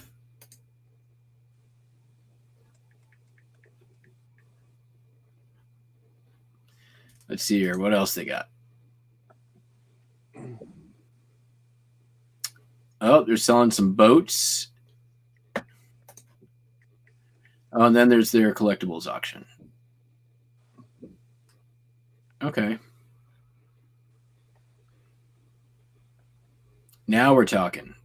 All right. Let's go back to that school. Kitsap Central School Auction. Oh, there's tools. Oh, Justin, they got a whole bunch of these hand planers. Oh yeah. What do they got? I can't share my. Can I share my? I can't share my screen here. Let me Let me shoot you this picture and you can throw it on, or not picture, but the link. I'm just going to put it in the everyone chat. Anyone can take a look. So this is local auction house. They're running a bunch of auctions right now, but this is the anyone can take a look. So this is it's their local school, the local school district auction. So it's their surplus stuff.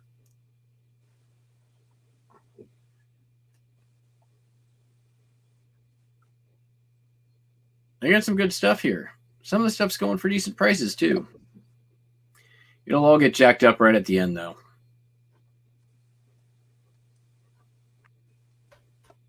Hold on, I'm still trying to look something up. All good.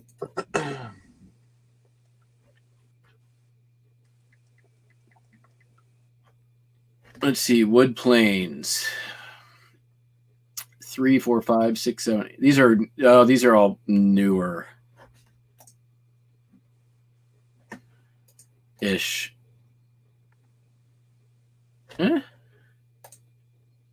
don't know. I think that says Stanley on one of them, and that's definitely a ball and a Phillips head screw connecting it. So that might be older. Let me try something.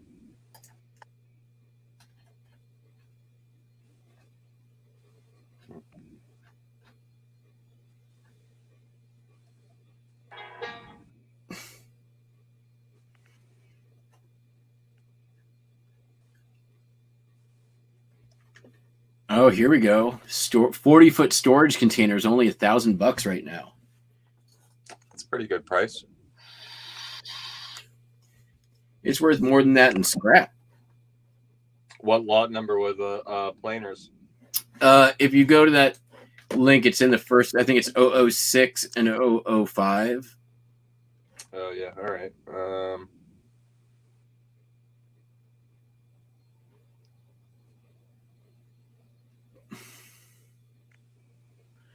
Giant box of dumbbells is $230 right now. What is that? Just two different. Oh no, that's two different lots. Okay. There's the ones that have the ball grip are the ones that are probably going to be the better ones in there, right? All those are probably decent. They're missing the front, the front lever ends. Yeah. So here we go. Number miscellaneous tools.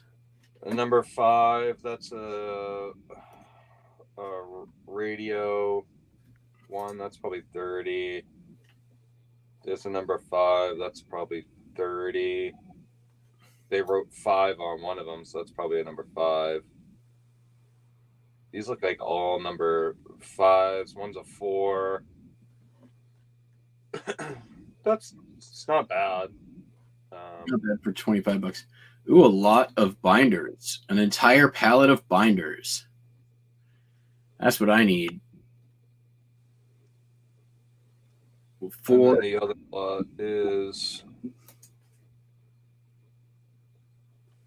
looks like all number 5s.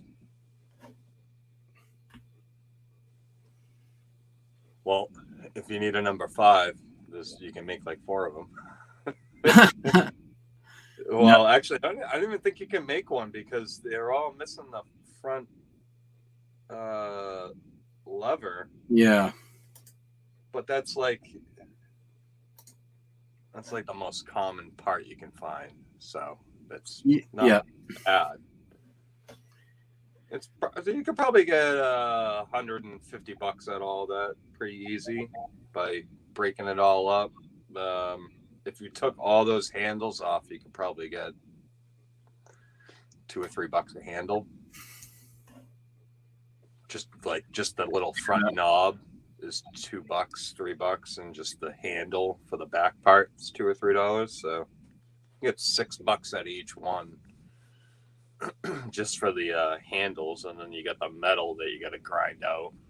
It's not bad. The collectibles auction they have coming up is looking okay, though. I'll be back for that. Tools are tough in auctions sometimes. Yeah, I mean, the thing is like there's so much competition for them. Yeah. Like Tools it's have really, peak. yeah. I mean, and you're going against guys who are building out their own shops, right? So Yeah.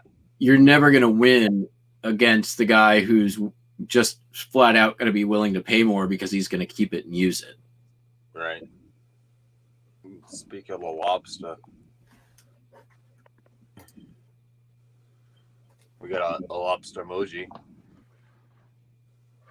What up, What's going on? man?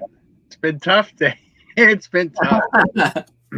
I've been listening. The wife's at the hospital with one of the kids right now, so we I'm wearing dual hats right now.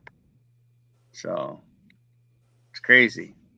Did you send her the video of you burning Elmo? No, but I had to do that. I was rushing back. So like, I need a plushie. Give me a plushie. And I was like, oh, Elmo. So yeah, I had to stick to the title, man. Did you I take don't want. the box? Huh? Did you pull out the voice box first? Did I pull out the what? The voice box.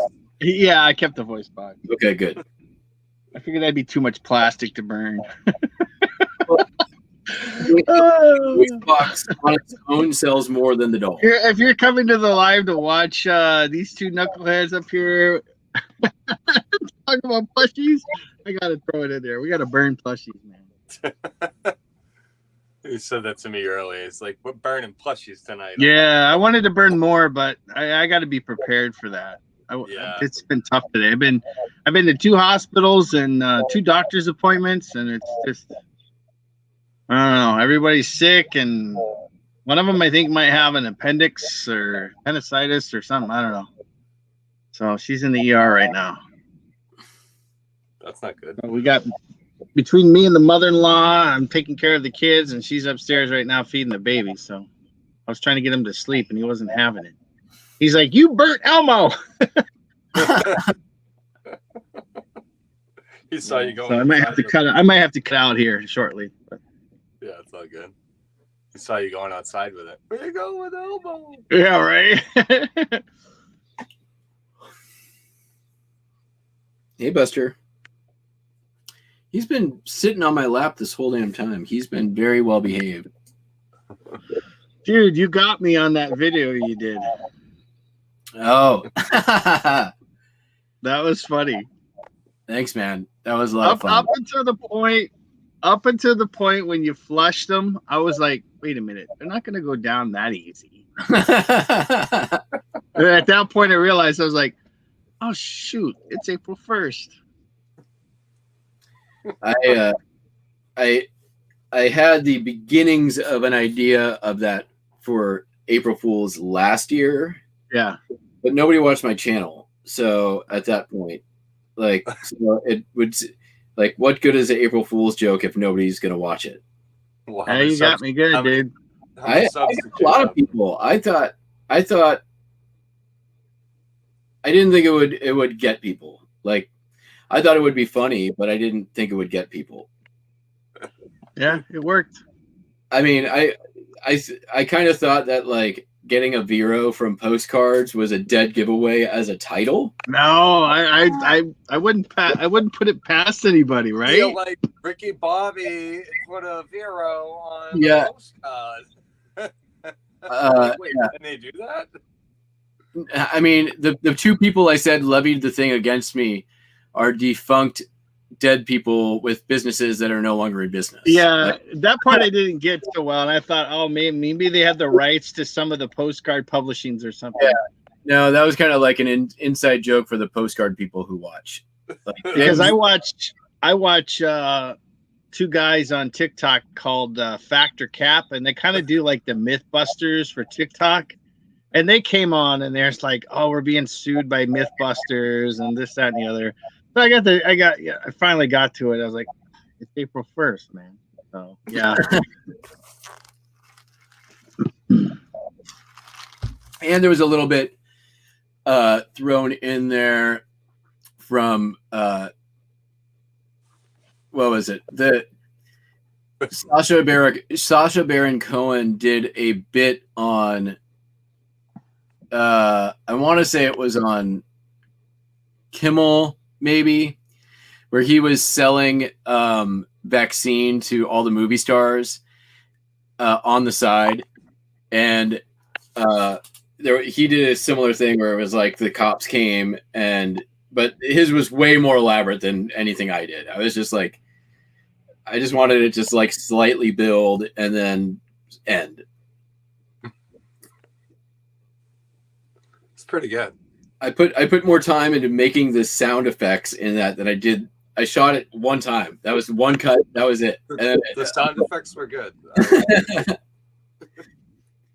I text him too. I'm like, near perfect. He's like, what? It's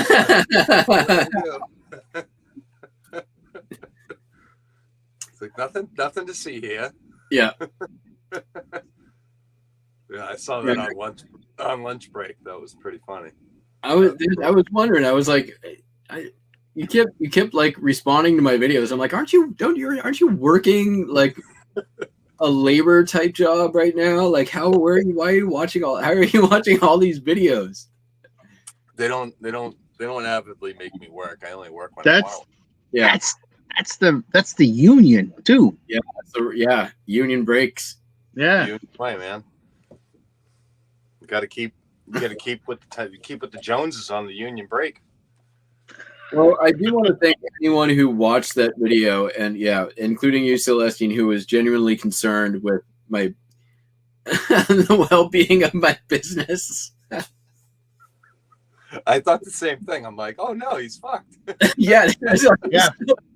I thought so too up until I saw the postcards in the toilet, and I was like, they ain't gonna go down that toilet. There was a couple of people who were like, there was a few people who had to update their original responses.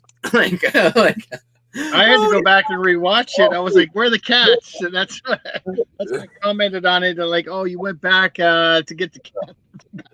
I was thinking there was a part 2 for later on that day. I was thinking about it, and then the first one just landed so well. I was like, nope, I'm just gonna leave it at like, get out while you're ahead. There were some other good April Fool's ones that day. Cincinnati Pickers had me going for the first couple of minutes. Or is it like the big changes coming because it was the exact same title as Lonnie's, and basically the exact same thing as Lonnie did. And they referenced it right at the beginning. I was like, that's good. And then the second that she started pulling the orders was absolutely hilarious. Like they it became very clear that it was a joke, but they just good execution. It was pretty freaking funny. She like breaks a mug and is like, oh, it's fine. We'll just make sure it's insured. We'll just send it like this and blame it on the post office.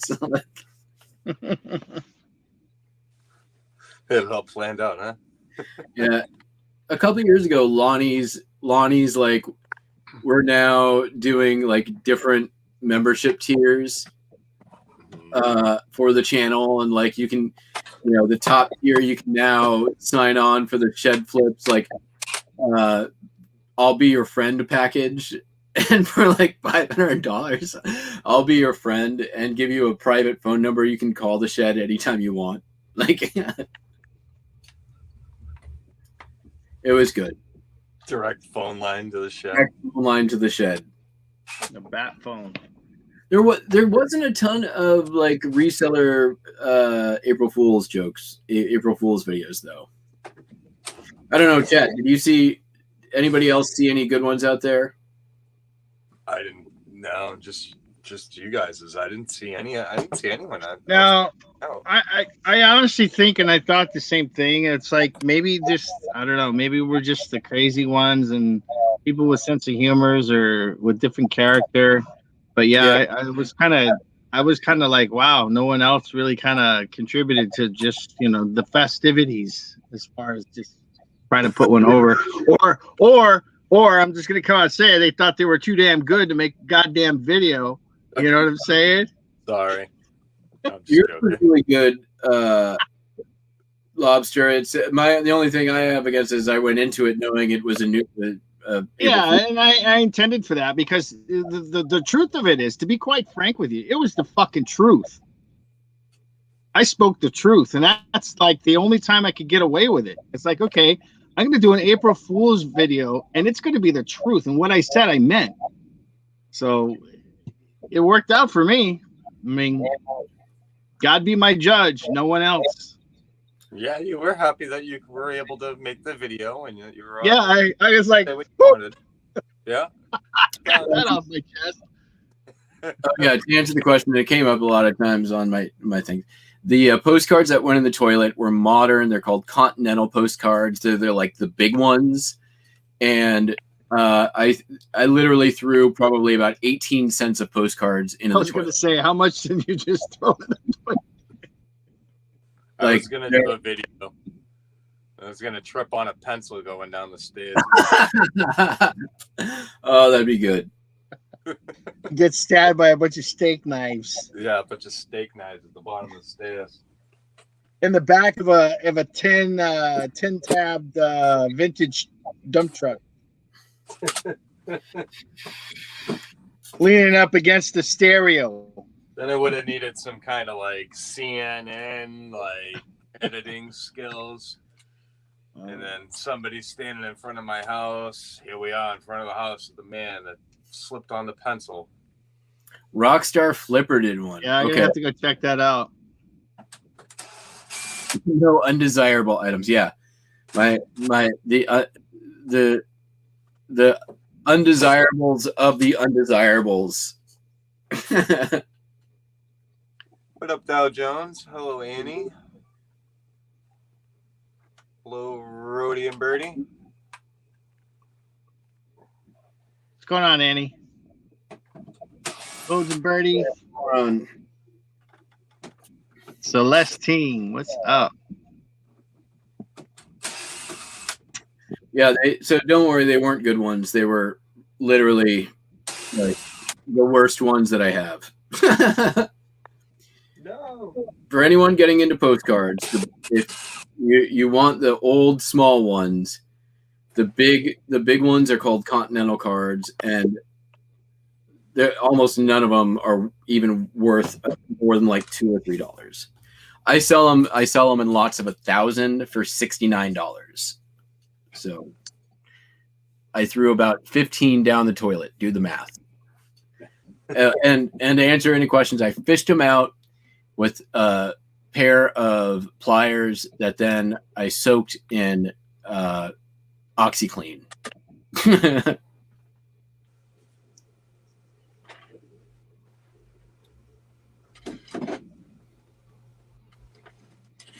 All right. So here's my show and tell, I guess.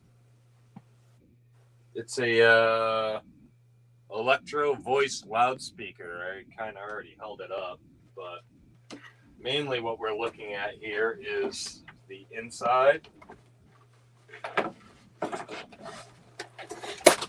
Yeah. Yep. Okay. I've seen those. So it's a EV SP 8C. That's what I got.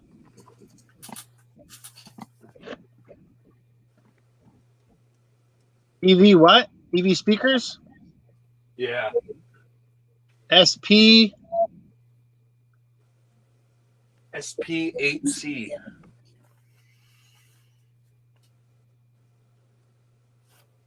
Nothing. Shoes come up. There's it should be EV speaker something. Like a number, 2-digit number. According to the search bar. I'm just gonna do EV speakers. 15s, 12s, 10s, what are they? Look like 10s.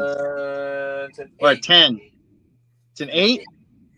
SP8C. All right.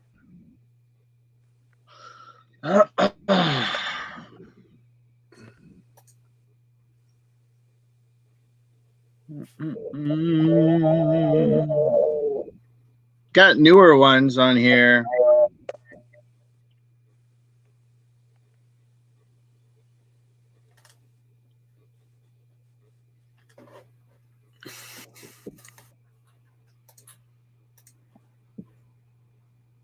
It's a desirable brand.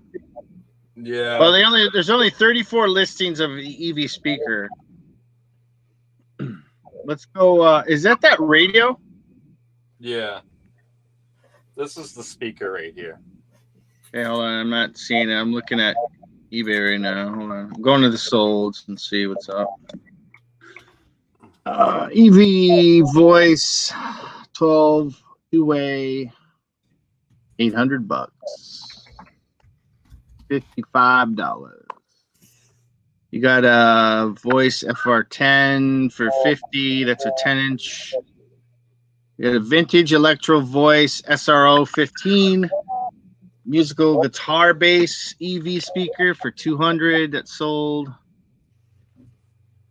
Here's a vintage 1970s electro voice EV 12-inch for $100 with 30 ship. Yeah, it's electro voice. Yeah, you could probably sell the speaker. Yeah. Sure. The cab, Scrap the case. The cab's kind of rare. The case, right? Yeah, I forget what they call this cab. Well, you got I'd say at least anywhere between $50 to $100 on that speaker. Yeah, I think It's I'll not just ripped. Yeah, I think I'll list the whole unit as a List the whole thing, yeah. Yeah. Because I was thinking it was a lot bigger than that. Right. Throw that puppy in a box and out the door she goes. Yeah, I don't remember what the model of it was.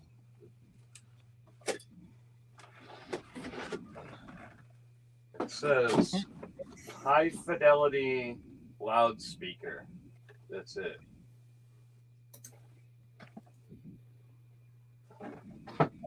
Kind of weird. It only has one dial on it.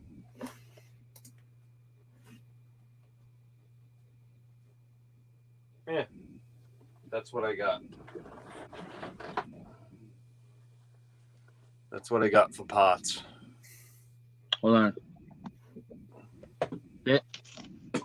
Yeah, look out for the old EV electro voice. It does really good. So if I put, what do I put? EV or electro voice radio? I put electro voice. For the speaker, I put SP8C. But for this closure, I don't know. I forgot what it was called. I gotta look it up again. Almost thinking it's an amplifier, right?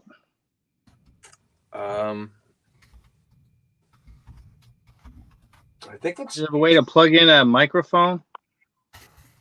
No, I think it's just a speaker. There's no ports. Yeah, when you type in SP8C, that doesn't even come up to anything speaker-wise. Shoes or a silencer for an exhaust system. Really? Yeah, at least on my end. And the solds. I'm looking for solds. I didn't look in the listings. Oh, yeah, I have Electro Voice SP8C.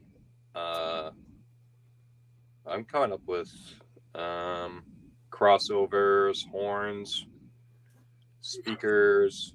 You get a 16 ohm hi-fi 8-inch SP8B as in boy for 25, and it bidded out at 25. 5 bids.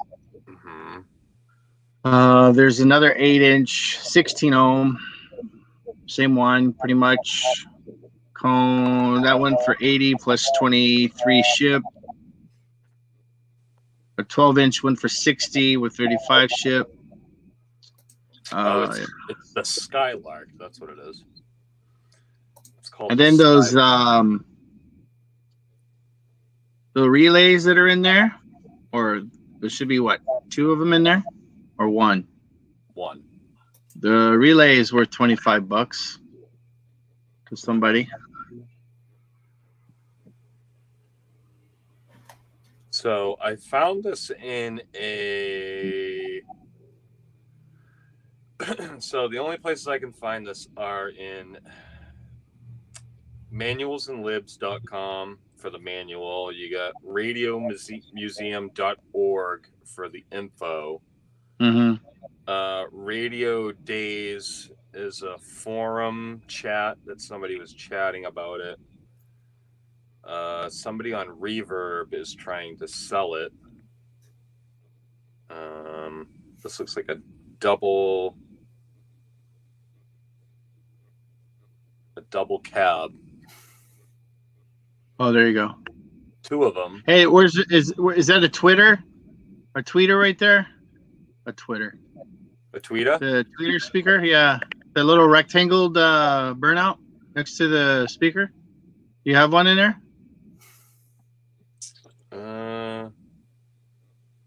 Real quick, 1 second here. Rhodes and Birdie, find Jackass Retro on Facebook. Send me a message. Tell me what you're looking for specifically, and maybe some examples, and I can probably hook you up. You just had two tweeters. One sold for 60, and a pair of two sold for 100. No, for the electric voice for the T35 horns. All it has is a knob. Inside, on your right, that little rectangle above the knob. What is that? That's for the horn. Go inside. Flip it around. Huh? Inside? No. Go in. No. Show the back side of it. Oh. Nothing. Oh fuck! You sealed it up already. Well, I didn't fully seal it. Oh, because that Twitter that's in there, tweeter.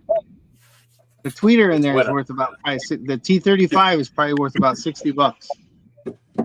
Yeah, the T35B. Yeah, they just had two of them sell. Two listings. One sold for $59 with 10 ship, and then a pair of them sold for $100 on the 22nd. The T35s. So I would do 60, 100. I would do 200 just for the parts inside, and then price your case. Right? Yeah. That sound about right for you? Yeah. You can name your price on the case all you want. The parts inside are worth what the market is right now. Right. What? So, 185 in parts and just go up because of the knob or whatever. So 200 in mechanicals of it. So what do you think? I was gonna say 350 with ship, or 400 free ship, but you don't do free ship, so do 400 with $8.61 ship. They're gonna be like, it's can cheap, this guy dude. really ship it for $8.61? I think he can. Yeah, in pieces. Yeah, let me smash you with Big No, Ricky and put it in a priority box for you. All right. Has it got a cord? Has it got a cord for it? No, the cord's janked, but it has this. It's a old school, you knob it on there. Yeah. So you kind of just lick the wires and kind of screw it on there. So what do you guys think? That was an amplifier, a PA system, maybe, or what? What do you think, Matt? Not a tuner. It says it was a speaker. I mean, it looks like something that hung in a gymnasium, right? For a overhead PA system for a school or something like that. I'll show you a picture of the museum.org thing. I mean, that's my best guess, right? That's not an audiophile thing. Yeah, it is. That's what's weird Really? about it. Yeah. Hold on. Here we go. Like, is it part of like an old hi-fi? It seems really big for old hi-fi. Although, like, hi-fi can be huge, so. I mean, look at this link. Ready? Here we go. Oh, yeah. Just kind of Okay, I have chilling the out with a speaker, record. the cord, the knob, So it's like your old Bose. the Yeah. Metro Voice Model 12 TR X8 with the wire and the knob. And it is that the knob? It's sold for $325 and it's out of the box. But it says it's near mint. So there was a listing that sold on the 21st of February. That's a pair of two Electro Voice EV12s near mint. So he sold two of the speakers and the knob for $325. So I mean, you might go up even more because you have the box to it. Mm-hmm. They're tested and working very clean and excellent condition. I am a speaker enthusiast, and these are some of the most well-preserved vintage dry. Okay, nice to know that. Thanks for your info. Yeah, you might go up, and that was All right. bidded. That was bids, 2 bids, $354. Okay, I like that. It's about what I thought it was worth. I thought it was worth $5. Maybe go 5 because it's got the case. Yeah, I don't know if the wood is going to be all that desirable, but if it's if there's no cases, then I would put an emphasis on the innards, and then just take a couple of pictures of the condition of the box. Take one picture of the back, top, bottom, side, front, like boom, done. But really kind of get in there with the speaker and the tweeter and the knob and the relay. There's one relay, right? yeah. That's what I would do. Just basically try to sell the stuff inside of it. And the box is the cherry on top. Yeah. So, free money. Wasn't a ground score, but it was basically out of a clean out that somebody had me go just clean shit out, and that was in the pile, free. That's interesting though, because then I want to know what that thing was purposely used for. I wanted to know how the hell they hooked it up. I mean, Are those screws 4 screws on the back, like you would like an old radio, or like an antenna, AM, FM kind of thing? Because those are probably just the speaker leads, and the power source came from another. Right, Matt? Which bit? What are you talking about? Power source? Possibly. I know what you're saying. Those Like things, it comes from another entity, right? things were you always had an amplifier that powered those things. You never, you didn't have self-powered stuff until like 60s, 70s. That's like 40s, 50s. It looks like. Yeah. Could have went like that to the power, where that powered the speaker. Yeah, usually. So that's basically just a speaker. Right. I'll take it though. Yeah. It's actually easier to list like that. That'd be kind of cool for a record player in the center. Yeah, you could build something decent with that. Well, thank you for helping me with that. I didn't do anything, dude. What do you mean? We all worked it out. I'd burn it. I ain't burning it. I'd burn it. I'd gut it out and I'd burn it. I would. I would probably keep it. Knowing me. In the day, I would maybe burn it. Yeah, in the day, I would maybe burn it. But I have enough smarts now to like open it, take a look at it. Yeah, see, it was worth it though. Look it up, talk about it. Sometimes you gotta, let stuff sit, no matter how big it is, and talk it out, we'll work it out, research it more. Have you tried to test it? No, I don't plug janky old stuff in down here. All you have to do is connect it to a speaker wire and connect it to a unit that has the clips. See if it works. If it has the slightest risk of a fire, I don't plug it in. So let someone else's house. I think that's low wattage enough Yeah. that you're probably just That's fine. what the relay's for, right? As long Yeah, as usually- the amplifier's safe, that thing should be fine. Yeah. Usually- It's only sending usually- what? How much? What is it? 48? Yeah, but the extent of what I have to set up to get that thing to get Oh, running. okay. I don't want to sound lazy or anything, but No. I think you would get top dollar for it. Well, condition wise, but top dollar if you said tested. don't make me go there. You want me to fucking go there right now? I'm just I'm pushing gonna fucking buttons, go- dude. Come on. I'm Come going on. there right Come now, on. right? Come on. Come on. Come on. I'm going there right now. You can't fucking list it, test it if you didn't test it. Fucking knuckleheads.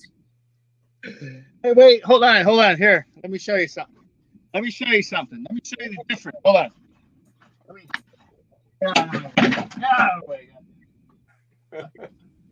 Here you go. Let me show you something. Okay. Look. See this right here? Yeah. Look at that. Look at that beauty, right?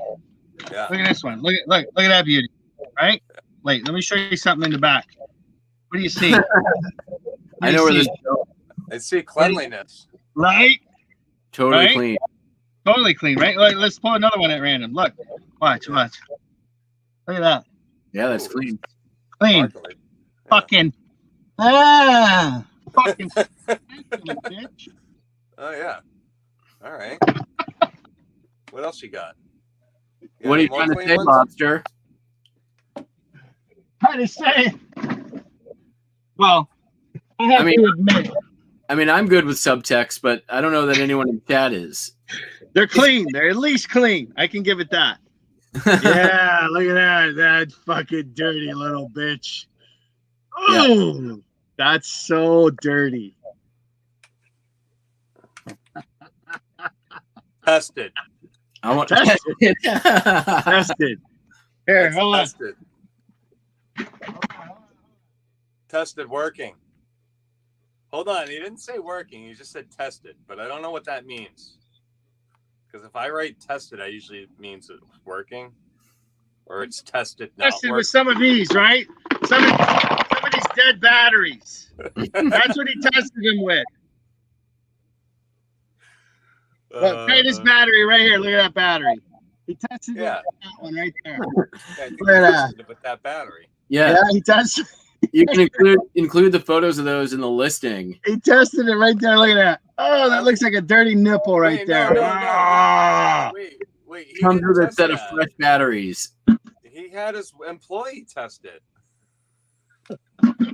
Hopefully it wasn't union. I hope it wasn't prevailing Watching wage. YouTube videos. Dude, how like that for me, if I'm buying a remote from somebody and it's sold as tested and I get that and I see that and it doesn't work, like that is automatic negative feedback that you're not getting taken away. Justin has a valid point, and I am guilty of this because a lot of those remotes that I bought from another reseller and took the word that they were tested. He has a point. He has a remote control. This goes for all the resellers. When we all say that they're cleaned and tested, clean, yes. In some cases, in this case, no. But tested, I would say half the time, if not the majority of the time, is all lies. You have to have a unit in order, right? Justin has a valid point. I'm guilty of it. I'm going to go through all my listings and say remote is clean and appears to function or to be functional. I can't even say function. I have to use a term different than working because I don't know. testing a remote control, all you have to do is just get your phone and look at it through the camera. Like, that's it. Okay. And that's the thing. And if you see the light, it works. Some people don't do that, dude. I had a customer email me or message me on eBay and said, "Hey, it doesn't work." I said, "Did you put batteries in it?" You could still Are the have batteries the right way? You could still have a malfunction in the button, though. Yeah, or they may not know how to program it, like Matt has mentioned too, with the phone. Yeah. A lot of people aren't as savvy, huh? I'm just saying, if you guys want to list stuff like that, you can. I don't Yeah. care. Yeah. You're gonna fall into a gray area. A gray area and a deep dark hole. I had. Not by me. This is not. You'd be angrier than a. Wait, you're gonna be more angrier than a what is it? A Louisiana tick on a Georgia pine. I mean, I was being nice to him, and I contacted him, and I was nice. I was cordial. Yeah, that's I can't sell shit like that. That's I'll be honest, that's bullshit. That's straight up bullshit. Yeah, it was. You can't do that. This wasn't a remote control, but similar to what you said, Lobster. I sold a vintage lighter, right? It was butane powered, worked fine. It sparked, right? I didn't fill it before I sold it because I'm not going to send a freaking bomb through the mail. Yeah. Customer gets it. This thing doesn't light. I'm like, it sparks. It works. There's nothing in there that's mechanical. You have to fill it with butane. You can buy that at any convenience store. I basically spell it out for this person, like why they got a lighter that isn't full of butane, because it's refillable and it sparks. That's it. That's all you need. You do the rest.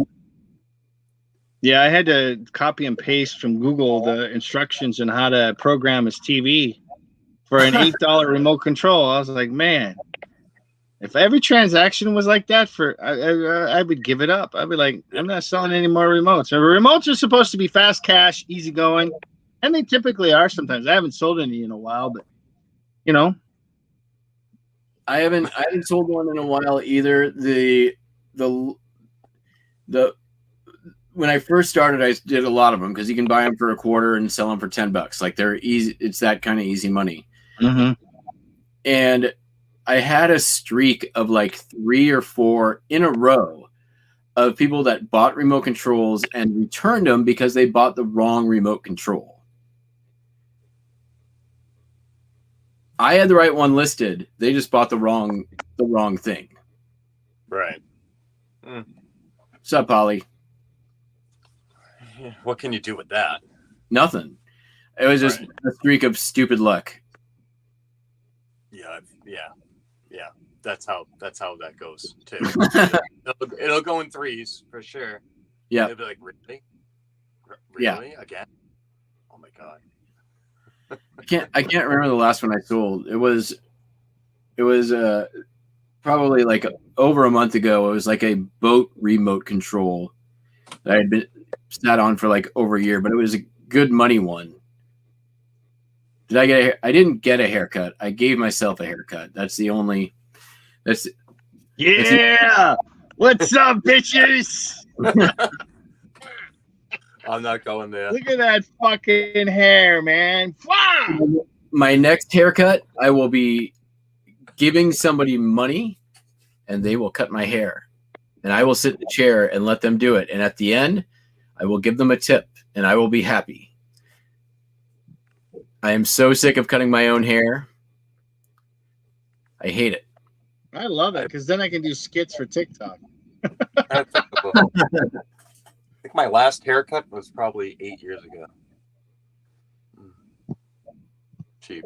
I've only given myself 2. Well, my wife gave me 2 haircuts during the pandemic, which is not bad. About once every 4 to 6 weeks. Yeah, I forced myself to shave. I see that. I see that. You look a little younger right there. You're being wanted again, aren't you? You're on the billboard at the post office right now. You know, long-haired guy, long-haired guy, beard. Oh, gonna shave my beard. Now I'll just be long-haired guy. They just got a picture of the van. Look out for this guy. Oh shoot. Well, hey guys, I'm gonna go because I still am on baby duty and mommy's not home yet. So I mean, we should probably end it. It is past 12 for Justin, and we've been going now 2.5. It is about the average show length, so we can just sign it out. So it was good that you did this on your channel because tonight it would have been tough for me to scurry back home. So I'm glad that kind of worked out. Oh, good. You guys were talking about some good ass stuff though too, man. So that's awesome. I don't even remember what we talked about. I just blacked it all out already. The antique malls and paper. And I don't think we covered anything that I wrote in the description. No, that's why I had to do the burning of the plushie, dude. Reminder or I don't know if it's a reminder, but just so you both know, next Friday I will be on the show. Actually, the next 2 Fridays I'm on, and then I'm gone for 2. Okay. And then I'm back. Okay. Burning of the plushie is 3406. 3406 is the burning of the plushie. Go back and watch that, Holly. 34. I mean, we can all burn another plushie and just shut it down with that. What did I say? 3406. Don't know if I have any plushies. Yeah, I got a bunch more, but I don't have time to do it tonight. We'll save it for next week. Everyone, bring a plushie to burn. Yeah, right. Burning the plushies. All right, thank you everybody for coming out, and like always, keep avidly hunting for your treasure. Always, and forever. We'll see you next week. Later.